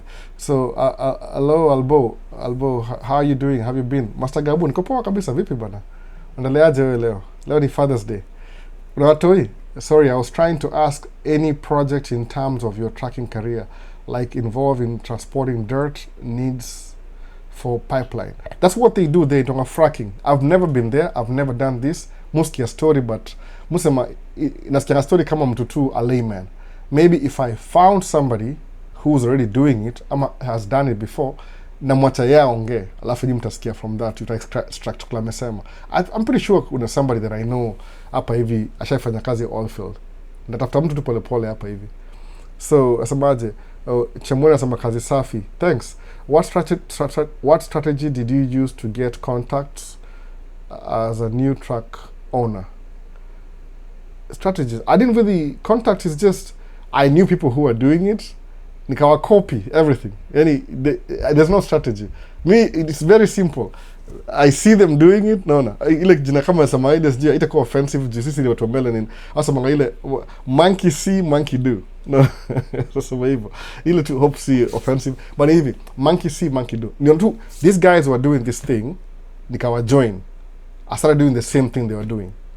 Bila nini. Alafu while I was in the thing, nikalearn to how to maneuver in my own way. Juu kila mtu unajua kuna ile personalize. Unaona hivyo, personalize. So mimi naweza nyumba leo, wewe nyumba leo. Same block, same everything. Maybe we are neighbors across. Kama say neighbor wetu wa this side, ameka fence around nyumba yake. Si hatuna fence. Neighbor wajua na fence. Unaona? Kwa nini ameka fence? Because yeye ako na madogi. So yeye utaka dogi zake zikimbie kwa backyard bila kuinterfere na neighbor next door neighbor kitu kaya, unaona? So hiyo fence kwa nyumba yao, it's their preference. Sawa. So na mimi sisi tuna prefer hatuna dogi. So sisi ni iko open to. So hiyo ndio difference. Ile you customize what you want. Umeona hivyo? So kama hiyo mambo ya strategy ya contacts, I just did exactly what everybody else was doing. The only thing for extra ni ile, when I started making money, nili strategize differently. Kwa sababu kuna ile, when I was asking for advice, should I buy a new truck or a used truck? Most of all, niambiaje, usinunue a new truck. Why? How are you going to make the payments off season? Nikamwambia, oh, that makes sense. But sikujua, whoever I was talking to, maybe alikuwa na personalized reasons zake why he would say that. Mbona hivyo? Sikujua kwa nini. So mimi, sini buy truck. nikabuy truck brand new, nimeilipia 5 years. So how do I make the payments in the winter when I'm not working? Hiyo same strategy. Nisemaje, kama da benefit, wacha ni delay process yangu ya kudo investment mpaka truck ikuwe paid off. Once it's paid off, the money I get from the paying off truck, I'll be paying myself. Najua ndakuwa na maintenance, but ni I was willing to gamble na hiyo kitu. Sasa truck iko paid off sasa hii. Unaona? Na moja iko on payment bado. Am I moving forward na truck keep up na truck maintenance ndio inyamaze isikuwe na shida mingi. Ndio at least so ni kama una gamble as you go. Unaona hivi tukayo. So wange perceive how you can have a truck payment na gari imekaa for 3 months. So me what I do ni hivi. Since ni by truck, I'm always available. If somebody calls me for 2 days, then a job. 3 days, then a job. So your 2 days, 3 days, it helps at least pay the minimum, your bottom line, your payments. Ataka kama make profit, then jumuishi within my means, but ile pesa ile extra ya when the months are good, nakuja naongezea hapa ina stretch the whole year namaliza. Alafu I managed to get my wife to drive truck too. Yeah, ja catch up bado, but ile pia niko na ile I'm gambling na hope pia ile ataona ile benefit ya ku kisa kitu siwezi mwambia, tukimwambia tuta argue, unaona? Ujuaji mingi. But the truth ni ile akiona kama mimi naifanya. Alafu yeye figure out how to do it in her own customized way. Tutakuwa sawa. Unaona? Tutakuwa sawa. Jumini semaje, sista muassist nataka tu I go through kama mwalimu ajifundishe exactly the way I went through, but yeye anajua akona backup mimi, but sitamwambia mimi ni backup. Akikwama namsaidia. Nimemsaidia mara kadhaa by the way. But ni ile tu nataka tu learn business kivyake ndio I define this is how this thing is beneficial to me in my own way. Hakuna outside influence wakituka hiyo. So ukisema ati what's the strategy? Mimi ndio tu wasa kidogo kitu hivi, I did the same thing. Nili customize it fit my own needs in my own way. That's the only difference. Stana kama unauliza contacts. Ukuja hapa hivi, all you gotta do, kama msaitwa Ralph nasema jina lake finally. Ralph yeye amekuja hapa juzi, ampata license too, amekuja hapa 1 year. Yeye kama Paul, yeye kama Paul pia. So Ralph yeye hajapata job bado, anaendesha one of our colleagues, anamuendesha a businessman. So he's learning the way ata customize your story pia same thing. No. There's nothing new. Yani step 1, if you want to do what I'm doing, get a license. That's it. CDL. Hiyo sitakwambia, you have to figure it out how to do it. Atakwambia ile one advice uende ujisomee sababu ni test, ni driving test, hiyo ni wewe. I can't help you with that. I can't help you with that. Hiyo ni wewe peke yako. Once you put a license, I will link you to people who will help you. Simple. Alafu una observe, you make it your own, you do it your own thing. No. In your contacts basi. There's nothing, hakuna secret, hakuna strategy. You see them do, you do it, then you make it your own. Una personalize. Unaona? So kuna next nani hapa YouTube. Inaklik imekubali. Buda ni aje? Kajaliwa. Poa sana. Nasemaje Kajaliwa? Sema unaendelea aje kaka Albo? Niko poa kabisa. Poa kabisa. Semaje leo ni siku ya kulipua jaba kabisa. Kwako ama mimi? Kwako. Hebu tuone. Leo kwa job recommended a good camera for photography. What do you need though? What do you need exactly? Sababu mimi niko na if money was not a problem, or kitu nakufa, I think it's iko red. That way I hope ina record backup. Ni sababu kuchajizi vitu baadaye nimekaa hapa wiki mzima. If you my preference to be honest, maybe it will help you. Zanunua Canon system na Sony system, everything in the list. Naona kama sahi kamera yangu, the best camera ya photography niko nayo sahi ni Sony A7 ama ni A7 Alpha 7 R5 Mark 5 itonga hivyo, Alpha 7 R Mark 5, really good in photography. Igina record kama 61 megapixels ya kila picha. Naona it's so fast that mutumia situmiangi SD cards anymore, mutumia type nitongaje hizi cards nitongaje, nimesahau jina, 2 double juu ile ku backup. So but my ideal camera ni A1 Alpha 1 ama Alpha 9. Hizo ndio ile top kabisa za Sony. But Alpha 9 ni kama $7,000. Alpha 1 I think we got $8,000 or something. I don't even know how much it cost.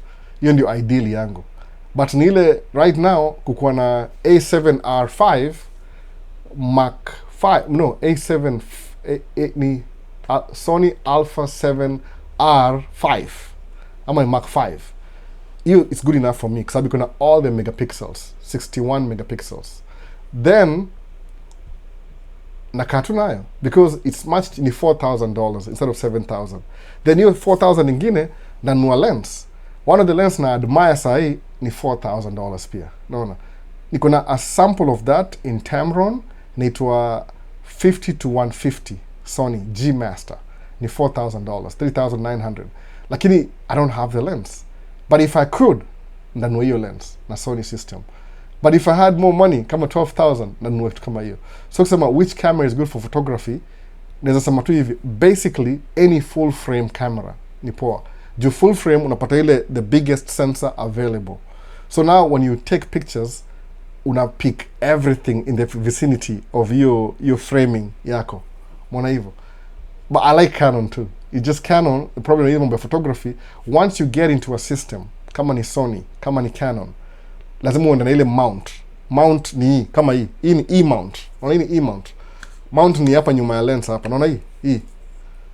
Hii ni E-mount. Hii ni E-mount hapa hii. So ita fit any Sony. Hii ni Sigma Sony. So once mingia kwa system ya either Canon ama Sony, itabidi ununue hiyo lens specific hiyo system. Na building the system is mpaka 40,000, 60,000 over time.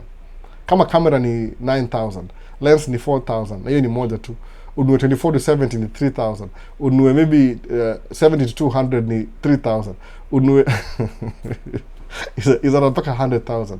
So ukianzia nasema hivi, anza na full frame camera na preferably lens ile kwa medium range between 24 to 70 ama 24 to 105 ama kama una 35 to 150 kitu kama hiyo. Ile iko na hizi basic wide na telephoto wanzi hapo. I don't know what your preference is, but wacha tuone umeendelea umesemaje. Umesema Kajaliwa umesemaje, I've been taking pictures with my phone. Okay, phone. I don't know where I can sell them and showcase them. I have 60k Kenya money. Recommend a good camera for beginners. Ama kama uko nayo moja uniuzie kibro. Sijui kama mimi napatiana, but hiyo si mimi decide, ni the whole community that decide who gets the camera. But ni ile I don't know, budget ya 60k, I don't know which hata sijui zanunua gani sasa. I wish I could, by the way. I wish I could help. Juu kadi photography inakuanga poa sana. I wish I could help. Ni ile kama wewe if you really need, keep in touch. Kajaliwa, keep in touch. No. Guru Visuals, aitoka Guru Visuals. Ayuko hapa leo, sijui kama ingia. Guru Visuals alikuwa very active. Tunaongea mambo ya photography. One of, hata si somebody, my brother alimpatia kamera. My brother alimpatia kamera moja alikuwa nayo. Kaniambia, nimemmeet ni msempoa, nimempatia kamera. Unaona hivyo? So keep in touch. Unaona? Let's be real friends. Si kwa live tu. Una ni check tunaongea. Unaona? You pretend to be my friend. So, yani constantly unanikumbusha ni aje. Usiombe tu tuongee vitu vingine more, kwa sababu unapata najua mtu mahali akusikumie nyingine alafu uendelee alafu ugrow nayo. I get it though. I get it. You can make money with photography. Ni vile mimi I don't have the time to build another career sahi. I already have kids. Niko na expenses. Every month it costs me about 6,000 to live, to exist. No. Every month. Hata ni more than, ukiongeza plus side za wife pia ana bill zake siku hizi, ni more than that by the way. We live a very expensive lifestyle.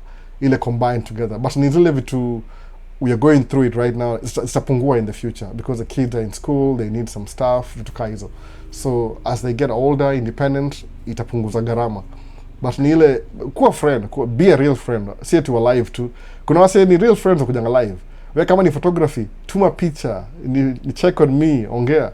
Just kick to hambia any agenda your place kuna hivi izunganisha by the way. Unaona? Make content, post picha zako kwa Instagram, kwa TikTok. Find a way to kuji advertise. Kama mimi kama jana nimepiga picha for free by the way. Okay, in the afternoon that was my friend Brad. Nimepiga picha kwa nini? He's my friend. Brad is my friend by the way. So because he's sick, I don't see him every day. I want to have records. Yeah. so nilipiga picha karibu 400, just no, good friend.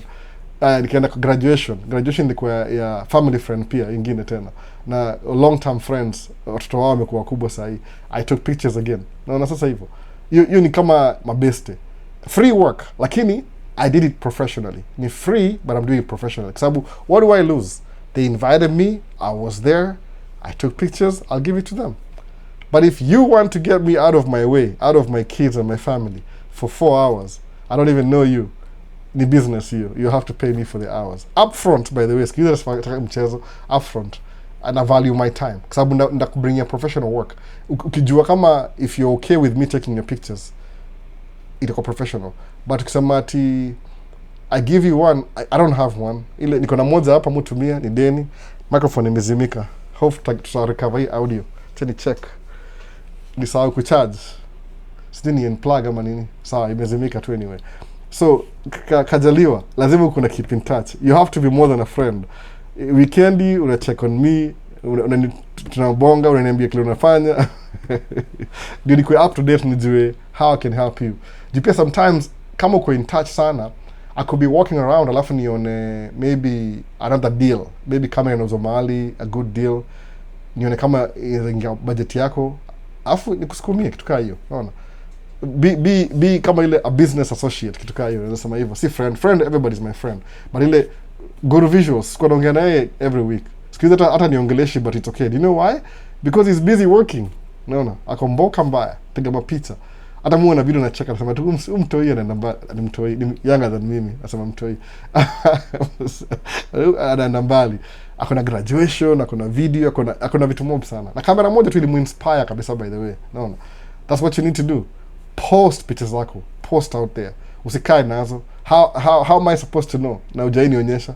Weka Facebook, tuma link, alboni aje, hizi zakaje? Zaka poa. Chukua hiyo kwanza uweka kwa page yako. Pia mimi naweka huko na jina yako hapo. Unaona? Free advertising. Ndio hivyo bwana, usiogope. Utalipwa. Hizi vitu si bure. Unaanza alafu utalipwa. Unaona? Guru is putting it to work. Exactly. Unajua? You fanya job kila siku hiyo msee. Unaona, ana shoot video after video after. Ala sasa hiyo kuna camera. Unajua something funny ni hivi. Mimi naambia kweli kabisa, I'm very shy. Utashangaa when you meet me in person. I am very shy. Naona, mbele ya watu. Very shy. But ikitoa kamera hivi, ni kama inanipatia confidence fulani. I get lost in my moment. Junile samaje kama jeni nika Brad hivi naangalia hivi. I didn't know anybody except Brad, watoto wake wawili na ex-wife wake. That's it. I only knew 4 people. Plus 5. Na walikuwa busy. Nikauka nikasalimia Brad, tukakaa chini na yeye. Nisomesha kiti karibu na yeye kabisa, ile uoga ile, jinajua yeye naweza ongea na yeye. Na hii ni situation gani? Niko countryside. Naona countryside. Ni ocha. Siko record video, I'm so sorry. Sikudi mtu avoid video mob, ndachelewa. So niko countryside, alafu sasa hao yake anatumia maji ya well. Juu ni big property, ni kama sijui how many acres. But niko kwa countryside, alafu nimepaka kando ya barabara, county road, alafu hao yake driveway unatembea. Alafu there's only 2 black guys. Huyu mwingine alikuwa na pikipiki, alikuwa na motorbike. Hata before niongea na yeye alikuwa shaenda already. Unaona? So man, but once ika camera hivi, niko back at home. Now everybody wants to know who I am. Unaona hivyo? Ina break the ice kwa camera, ina break ice completely. Because you know what you're doing. Ati, so are you a professional? No, I'm not a professional. I'm just Brad's friend. That's it. So, but you look like I do, but I'm just his friend. Hivyo tu, naona hivyo. Inafungua confidence. Usingoje ulipwe ndio unafanya kitu. Sometimes you have to do free work. Na free work inakusharpen skills. Because what do I have to lose? Maybe some time. Because now that nimechukua picha 400, I have to edit those pictures. Juu kamera yangu, file moja is so big, hata siwezi nikituma file 3 kwa email, itasema nisha exhaust space yangu ya Gmail, for example. So lazima ni edit, nichukue ile final edit, ni save kando, ndio nitume. Naona. But ina capture everything. Ile yani everything ina capture hapo. So kajaliwa, get in touch kama business associate. Assume mimi na wewe tuko company moja. Tunaongea story ya picha, unaniambia what you're doing, hivyo kila kitu. Utaona. Something is happen. Hata mimi my brothers kwa kamera sema patia kajaliwa kamera. Unaona? Mumit abambike na wewe hivyo. Even wale meet na guru waka connect. Unaona? Juu bro ni msanii, kind of msanii. You andika songs zake, yeye ni artist, yo chora na paint na kila kitu. So ni mse yani mind yake ina think about the next thing. So ali meet na guru visuals wakasikizana. Alimpatia kamera. Alimpa tu. Unaona? A friend of a friend. Unaona hivyo alimpatia kamera. Na hata mimi kuna vitu nafaa kutumia guru bado ndio nimekosa mtu kutuma. Baadaye niko na lens moja hapa situmiangi, hiyo mount hiyo camera namtumia. Unaona? Sasa hiyo ni more practical. So hata wewe usema uko na 60k, that's good. Lakini do free work. Itakufungulia njia sana. Sasa mimi nafanya hivyo na mimi hata si professional na napiga professional pictures. Imagine. How is that? Ni impossible. So by the time I get paid for this, nimekuwa pro vibaya. I believe so by the way. Naona just quiz niko meticulous. Kama yani every time napiga picha kama 400 saa hii, rekodi yangu saa hii niko 95% good pictures. 95%. Imagine. Any muchos, should I share this or not share this? Should I share this? Kituka hiyo. But most pictures mu share because iko 95% perfect. Najua angle. Nikiramsema amechakachaka vibaya, sifinyi trigger na ngojea. Naambia smile. Akismile hivi hiko. Unaona? Sikizi Mungu anakuwa ananiambia toka hapo. Geuka hivi. Kaa hapa. I'm very confident. Kuna kama hii picha takambana naambia songa hivi. Kuja hapa. Songa pale. Kaa chini, simama. Badilishana hivi. I'm very sababu najua I know how it's gonna look like. Unaona? Kaza kupiga magari manini okay. Hiyo kuna casual inaendelea leo by the way, but hii wiki imekuwa too busy. Ile back to the 50s, ile gari mzee. Hiyo siwezi toboa saa, it's too late. Lakini overall, ile tu overall kabisa. Overall. Do free work. Naona. Enda safari rally, piga picha. Kuja uziangalie uone zinakaaje. Naona. Kusema I'm taking with my phone. Phone ni poa but utashare wapi? Ile labda kwa video, uingisha kwa video alafu share, explain. Na understand itakuwa big deal. Unajua mufuata watu na imitate mtu wa photography. Semaje, what do they do kuwa famous? Na watch kama Jared, I don't want to see Jared Paulin Frono Photo. Akona kama ki training. Siwezi toboa juu iko Philadelphia. Mimi siishi Philadelphia.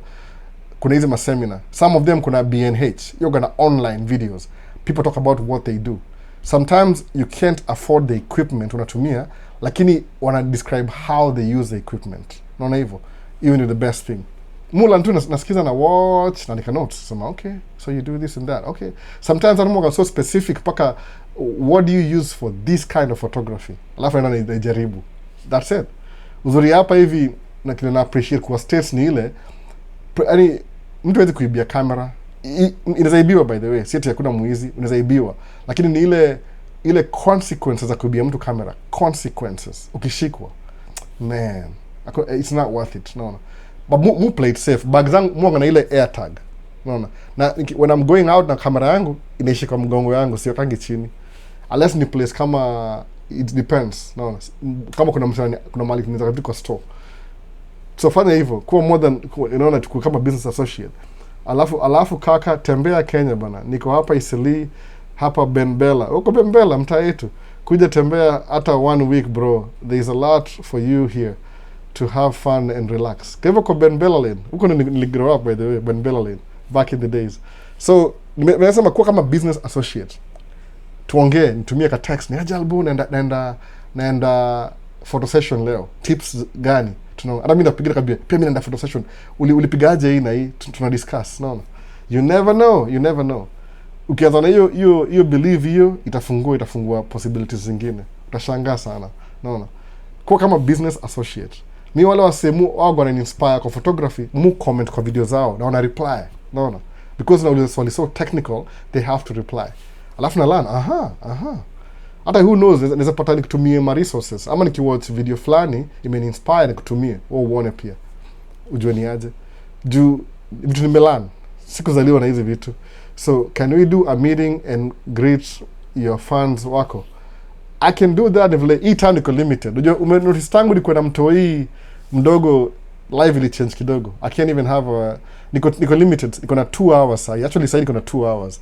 Ile time wameenda kununua chakula, by the time they come back I should be done. No. I should be done already. It's not time. Tumekula nao, nimechelewa kidogo leo, but ni hivyo. Ni ile tu watoi ni wengi. Si mtoi mmoja watatu. Na ile foundation ile everybody needs that attention. Kama mtoi wangu middle child, yuta kucheza chess na mimi. Anani beat every single time. Jimmy sim mnoma chess. No. Nilimbeat kwa nini checkers. Checkers ni draft. Ile draft ile. Nilimbeat.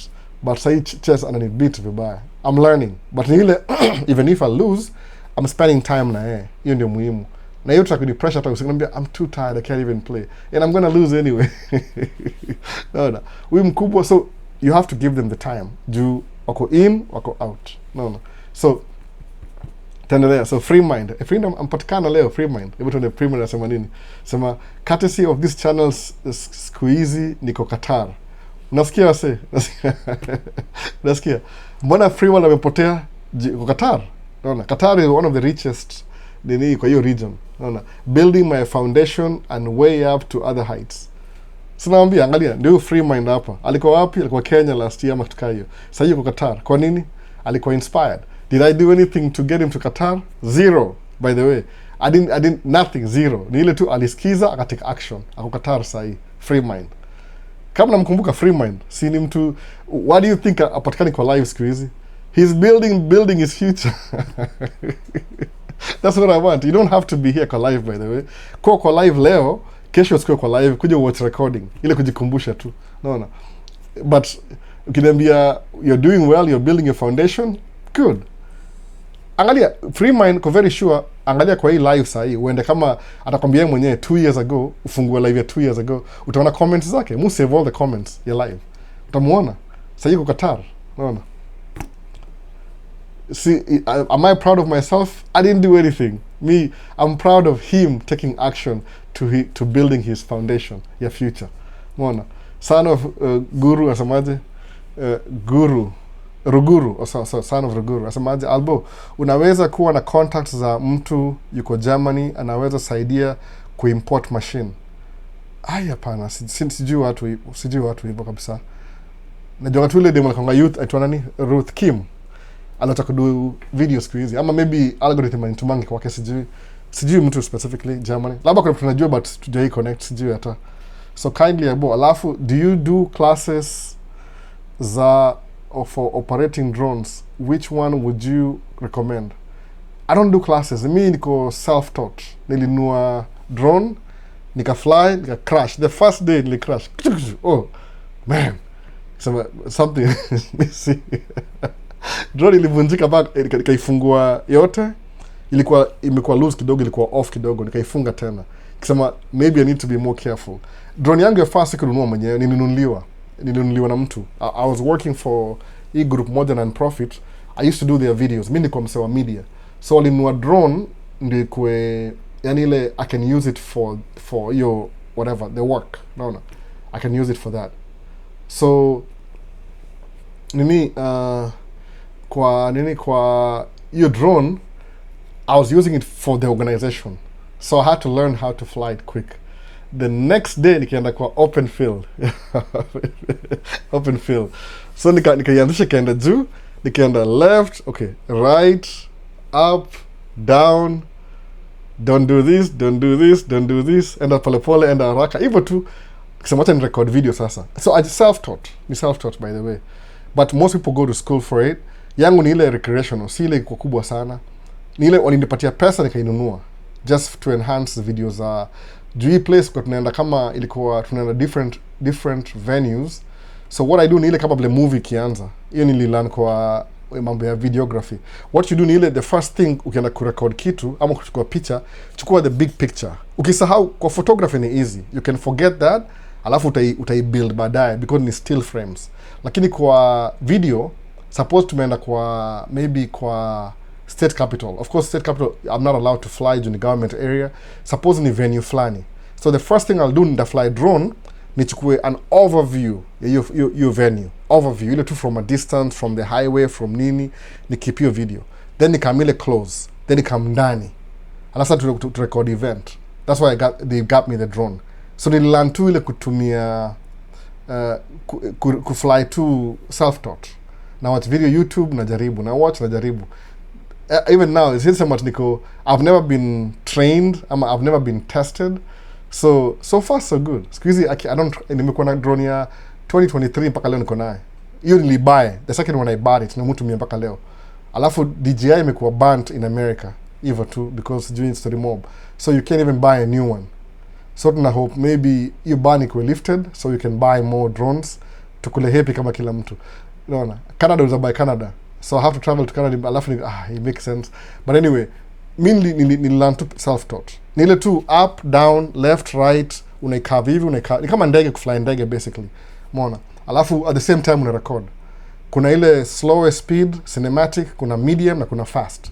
Fast na kula battery haraka. Drone you fly kama yangu you fly kama 25 minutes battery inaisha. Na battery 4. So much kwa kama 25. So mfanya hivi, video, alafu photography ya mwisho. Ama naanza na photography, video. Hivyo juu lazima iland tena alafu uanze tena. So yeah, 20 minutes. Una learn too, by the way. If you want me to do a class, siwezi guarantee because kuizi mwi niko na primary objective is to take care of my toddler little girl. So kitu kiana mahali outdoor, siwezi lazima ni watch. Yani sina hiyo itakam tu. I think I'm pretty sure once she gets a little bit more independent. Amekuwa independent squeezy. Nile tu ukinyamaza kidogo hivi aujui kile anafanya. Alafu mtafute. Oh, mischievous. Unapata amefungua fridge ametoa chakula yote chini. Ameangusha tu. So I have to watch her and make sure she's doing the things that don't really harm her. Lakini eventually akwa older, ndafly drone. Now the suggest I'll have that at the back of my mind. So MCOP, mrasi wa Bahrain, ajaifika States by the way, alianza business huko Bahrain yake fulani hivi. Ana import coffee. Unajua yeye barista, you do kutoka barista. So uza pia Kenyan coffee.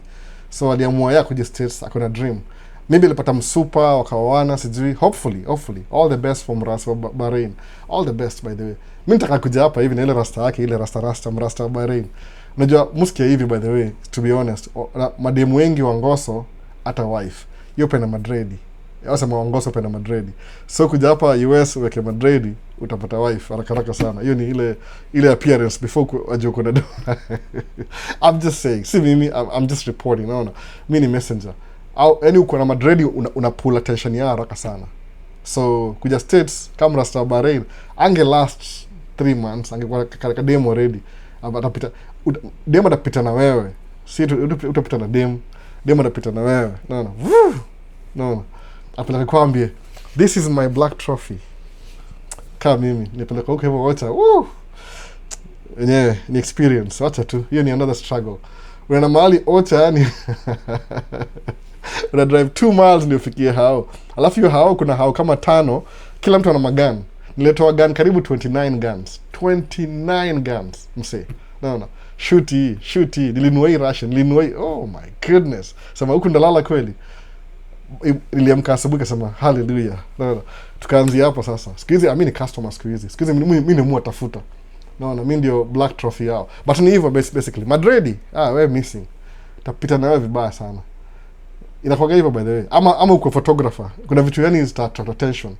Ukikuwa photographer, me just because niko na camera ni limit so many people, ni limit paka lawyer wa Brad, lawyer wake. Naona. Alitaka kwa social media tu, there's this Kenyan guy that I know. Najua tu, okay, sasa hii ni ile story. Atakujua ile common things. Naona. So MCOP, sasa hii kipara yangu, MCOP, nunua wig ya dread. Even when niambia, I like that guy, he has dreadlocks. Najua tu ile imetrigger ile sema jungle fever. Anyway, tuendelee. Story mob. Mrasa Bahrain bado kwa Bahrain. I think anauza coffee. Niko tamani akuja hapa sana by the way. Sije kuna watu mu wish tu akuje yani. Akuje tu. Unaona? Akuje. So anyway, ndio hiyo. Saa ngapi saa hii? 4. Na more time. Sijasikia wakirudi. Tuko how far? Swali za YouTube zimeisha. So up to date. Nini yangu imezimika already. Microphone last week nitoka hapa mbio nikasahau kucharge hizi microphone. Imezimika already. But ni hivyo kajaliwa assume mimi na wewe tuko business associates, nipigie simu, tuma text. Usipigie usiku though. Kuna msee sijui nimesahau jina lake, sina simu leo, alikuwa ananitafuta, anipigia simu, amenipigia simu 4 in the morning. Nikaangalia hivi kasema hata siwezi answer sahi. I'm trying to niende ku prepare kwenda job. Naona kama niko wapi Friday, niko airport, kesho niko airport tena, na panile airport terminal 2 si poa sana. So MCOP, I'll start photography. Kama warembo wanapenda photographer, msee sasa, what are you talking about? Unafikiri ni jokes? Wewe kwanza, wewe uko hapo already MCOP. Nunua kamera bana, nunua lens moja na kamera moja, uanze enda hizi places are used, ununue uanze hapo. Unaona, ama uchukue credit card ya Best Buy, ama uende uchukue moja credit card ilipia pole pole, utashangaa. Albo, what's a good passive business investment other than laundromat? Kuna mob sana by the way, kuna gas station, hizi vitu hili au itanga boring businesses. Muko pile words za nani, itawaje, Cody Sanchez yongeje hizi vitu. Kuna hizi to business hivi. Gas station tupata ina gross 40k a month. Naona, in a busy place. Si mafuta, ni mafuta plus everything combined. Mafuta si profit mob sana, ile ni kama inavuta wase kuja hapo. Gas station, kuna laundromat, kuna parking lot. Ile tuseme either way, either ni ya truck ama ni ya gari ndogo. Kwa sababu kama ni gari ndogo, suppose unaishi karibu na mahali kama tuseme kuna hospitali hapo, iko very busy. Alafu maybe kuna na event hapo, ama event kama tuseme kuna unasema mislead uko wapi? Timu yenu ni gani bana? Nimesahau timu za Super Bowl. Iko Hawks, Atlanta Hawks. Ni nini yenye ni gani bana? Seattle ni nini? Seattle ni nini? Nimesahau. Seattle mahali play game yao. Tafuta old building. Seahawks, man, angalia Hawks. Seahawks. Tafuta place karibu na ukalivi mali Seahawks au play. Alafu maybe kuna neighborhood, tutumie Kent ndio neighborhood. Angalia kama kuna light rail inatoka Kent, kuna hapa ndio downtown, alafu na light rail hapa hivi. Alafu nunua property kwa hiyo route ya light rail. Naona, from Kent to Seahawks. Nunua building hapa hivyo. Strategy. Nobody's thinking the way you're thinking. Only you are thinking like that, misleading. Useme okay, kama kuna game ya Seahawks, kuna light rail. Hiyo enda kwa Seahawks huko hivyo downtown. Okay. Hii building ni 1934. Mwenyewe anaiuza how much sijui. Nunua building, chukua financing, demolish. Ongea na city, pata permit, tenza parking lot. Alafu enda TikTok siku hizi ni American. Imechafuliwa, ni American siku hizi. Si nini China anymore, ni American. Ni hapa American, ni American. Enda advertise, usemeaje? Useme the first few months free parking. Azana free parking. Park your car hapa, alafu uende Seahawks kuona game. Watu kuja park gari for free, waende. Next week uanze event ingine useme $5 parking the whole day to go come as first come first served. Uone kile na happen. Unaona, unavuta wase. Watakuwa so used to your parking juu au kuja conveniently, wanapaka parking ya Miss Lydia, wanapanda light rail, wanakuwa na Seahawks. Wakiluzu wakamkaa wamejam, wanarudi kwa Seahawks. Unawekea vending machine hapo ndani ya parking lot. Naona labda ni ghorofa kadhaa 1 2 3 4. That's what you do. Ni akili moja unatafanya hivyo. Unaibuild pole pole. Hii ni passive. That could be so successful, what could do job. Naona. Move kile vitu kama hizo by the way. Ile sema which odd businesses. So nikiangalia building moja, who owns this building? Naenda kwa research. Naangalia kuna website fulani by the way ndio wafundisha ya kuangalia hizi kama hapa hivi laundromat hizo uzwa between 250,000 kwa moja kwa 180,000. Ile kitu range inaweza afford. But ile sikujua profitability yake iko aje. Naona. Sikujua exactly iko kwa sababu nipo ujue numbers. It's good to know your numbers. Like kama utaspend 180, how quick can you get that money back? Alafu hiyo potential hiyo neighborhood ni gani? Naona. But musema based on mujo ku make donor tracking, hata a bad investment kwangu is still an investment. Naweza tumia hiyo kama collateral kuborrow more money for another investment. Unaona hivyo? Nimelandi vitu kwa books too by the way. Lazima think wide. Usithink tu hapa. Uweza fungua parking lot Kent huko kwa nini? Labda Kent ilikuwa redlined siku ya 1960 ile housing whatever redlined. So kama hapa kwetu kuna North Minneapolis, ni place inakuwa considered very risky in quotes. Umeona? Unanunua property pale unasema iko parking lot. Unaongea na city unasema man, we haven't really been receiving so much money from that. What do we do? Move create truck kwanza. Juu truck niko na customer already. Ama Miss Lydia, uko na uzanga life insurance. Anza kuuza hii insurance ya kawaida. Hii kama car insurance, vitu kaa hizo. Endo chukue license ya kufanyia wase DOT itongaje? DOT inspection. Ni kama $100 per truck. Kitu kaa hiyo. Small boring businesses. Mimi nachukua hiyo license this year, by the way. Nachukua this year. Somebody made 100,000 na hiyo business. Yetu ni inspector. Ana kama anaangalia truck akwambia tires zako ni mbaya, tires zako you failed. Endo ufanyije alafu kama utapass. Somebody was making 100,000 a year doing inspections za magari. Naona. Mpaka walimbana waliona kama there's something illegal. Kumbe alifungua client. Wakaona kama ni business wakamcut off. Niko na cheka na hiyo story. Inspection tu, ile inspection. Boring businesses. Alafu na bill kutoka hapa hivyo. Either gas station, angalia. Unapata kuna mahali kuna gas station haujui mwenyewe atakuiuza. But they don't even know who to sell it to. Naona hivyo. Wao show up waambie. Hata ile waambiaje, I'll just give it to you to sign papers, unipatie my money every month until iishe. Niko namfanyia job lakini una own business. Naona hivyo. Kuna so many ideas. Alafu hata kuwa ati kwa hii prime area sometimes ni potential areas away from the prime areas. Naona, imagine waambie wase Seahawks free parking the whole day on Sunday. Naona, the first few una lose kama you lose a lot of things. Una lose kama, what do you call, una lose income, but you're getting them into the like kama Facebook ni free. Is it really free? Unapewa free account, unapewa free everything free. YouTube ni kama free. Create videos, then you start generating income. Wow.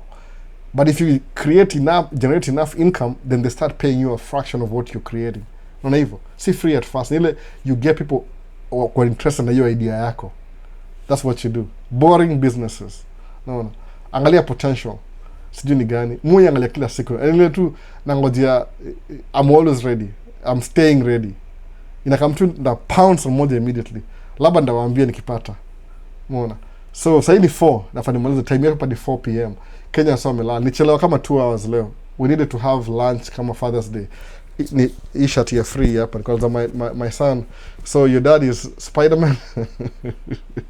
Amecheka walinunua. Anyway, so tumaza live hapa hivi leo ni fupi. Microphone imezimika already pia kwa recording. Ala sija shave this week. Na namwaga na nywele bado. Sijakuwa na kipara bado. Mwaga na nywele. Na lazima ni shave leo sometime in the evening before kesho. Tu nikachungulia track ni kunaenda aje. But ndio hivyo bana, tumeanza hivyo. So kuna any question, kama umemiss anything kwa hii live, comment down below. Comment down below. Any question you have. Hata kwa video yote randomly. Kama uko TikTok, my contact information iko kwa TikTok, kwa hiyo page yangu kuna email. Ama kama si email, tafuta YouTube channel. Angalia hata hii video description section, utapata my contact information. Kuna dedicated phone, ukinipigia ndaipata. Alafu ndakupigia back, ndakutext back. Ukinicall kama umseni message jina yake kwa call on 4 in the morning. Tuko kama 8 hours behind Kenyan time kama uko Kenya. So kumbuka hivyo, kuwa considerate. Ukipiga simu kama nimelala sita answer. Sita answer hiyo. Kama niko awake nda answer. Kama nimelala ama na try to prepare sita answer. Ndakutext lakini. Labda nikutojua pia. Hata niko na simu nyingine kitambo ati it's asamanga there's always happy hour anywhere in the world. Kuna mali ni 6 p.m. sahi somewhere in the world. Na kuna mali ni 4 p.m. So ndio hivyo bana. Mwisho asemaje, live from Meru. Kuna Davis Maina kwa live from Meru. So tamaza hapa hivi live. Kama una swali yote, comment down below. Wala sawa na watoi, happy Father's Day. Enjoy. Mimi nimenunuliwa t-shirt this time. Hii ndio gift yangu t-shirt.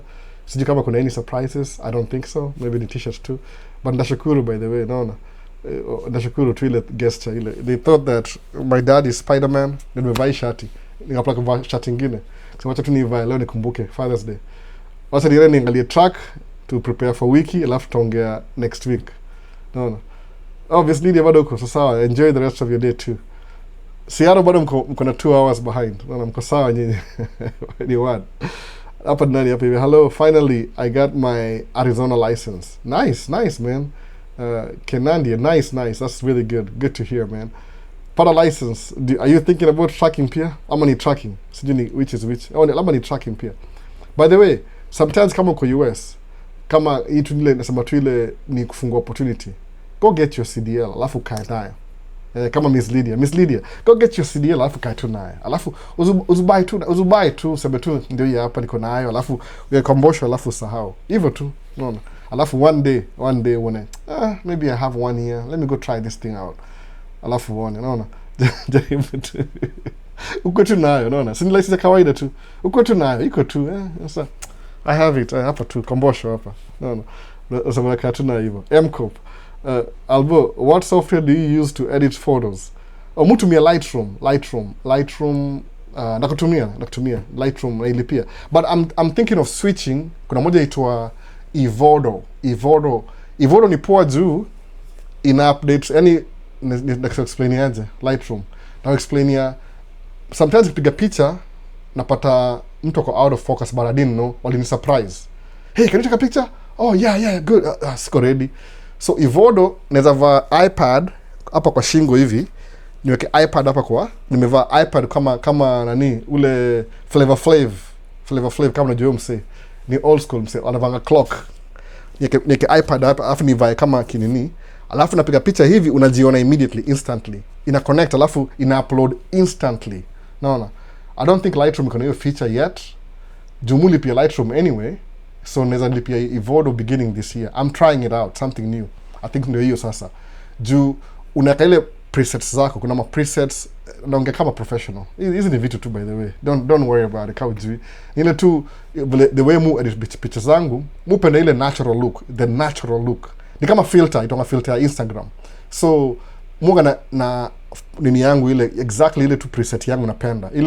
Ile tu ikuwe tu kama wewe ni msem black na increase tu kidogo tu ile kupatia ile kaglow kidogo, alafu highlight background hivyo. Kama nimekuwa eliminate na focus na wewe, ni make sure yani macho ziko clear, watu wakuone yani. Kama una pimples ndatoa hizo pimples pia. Nataka yani the best look for you. Unaona?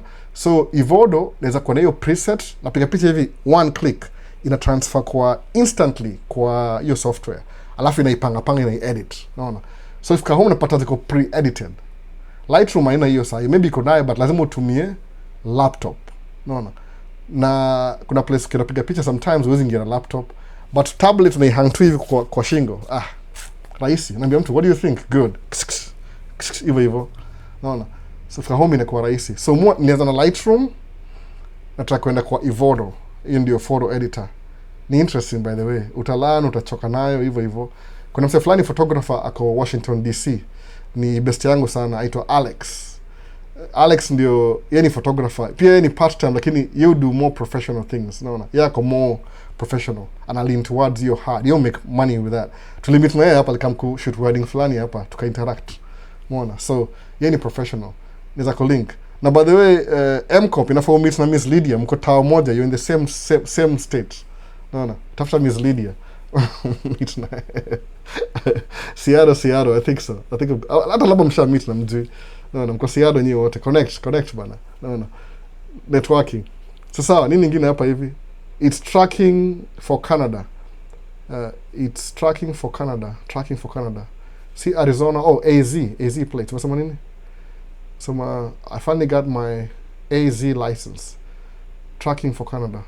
That's good too. Canada. That's good too. So I gotta go, man. I gotta fly. Naenda kuangalia track alafu tuanze wiki. We'll continue next time.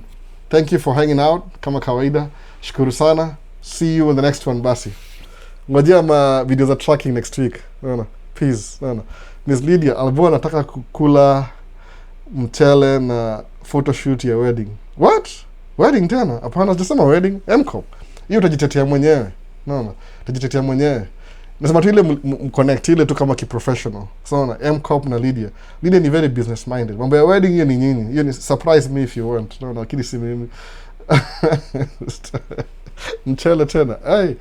Sikusema hivyo. Naona. I encourage it but on your personal. Si mimi. Nasema tu ile connect ile connection. Sasa lazima ikuwe wedding bana. Naona. Kwani niko wana kila saa. Naona. So ile professionally. So, Oh man, imefurahisha bana. Anyway. Professional. Tukue professionals, naona. Ni ile kulink ile kushare ideas. Juu mko napenda business, Lydia ni business mind. Naona. Mkiata relationship mtaharibu hiyo business. So yani kama mimi, one of my friends aitwa Jeff ni amenipatia ile ni mngoso by the way. Alinipatia ile motivation ya kuenda outdoor because alikuwa anafanya construction but alikuwa anataka kuwa actor ile kama Hollywood. Naona. Ni vile tu he was making good money, kile nilimkatia ni ile alikuwa na problem ya kunywa pombe.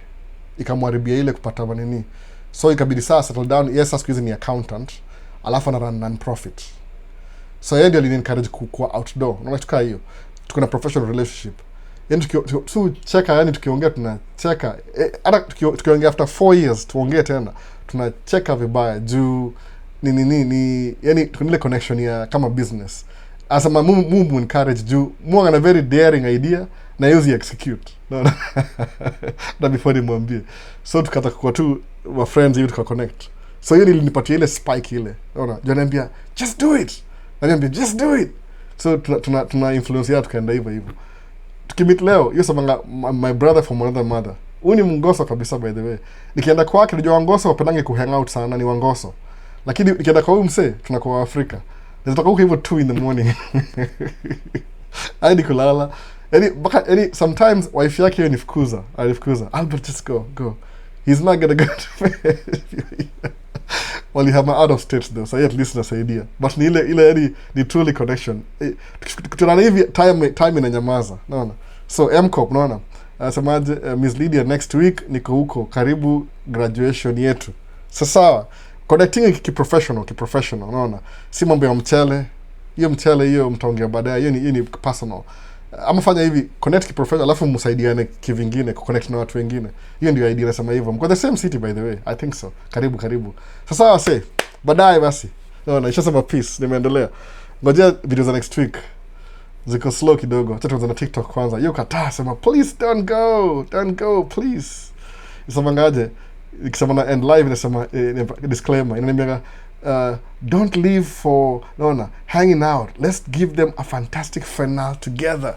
TikTok hiyo kataa sema just in case you're leaving, please stay here forever. No, sorry, bye. Next week bana. I'll have to come YouTube to end live. Na shughuli. Ndapewa shida ya neglect watu hii.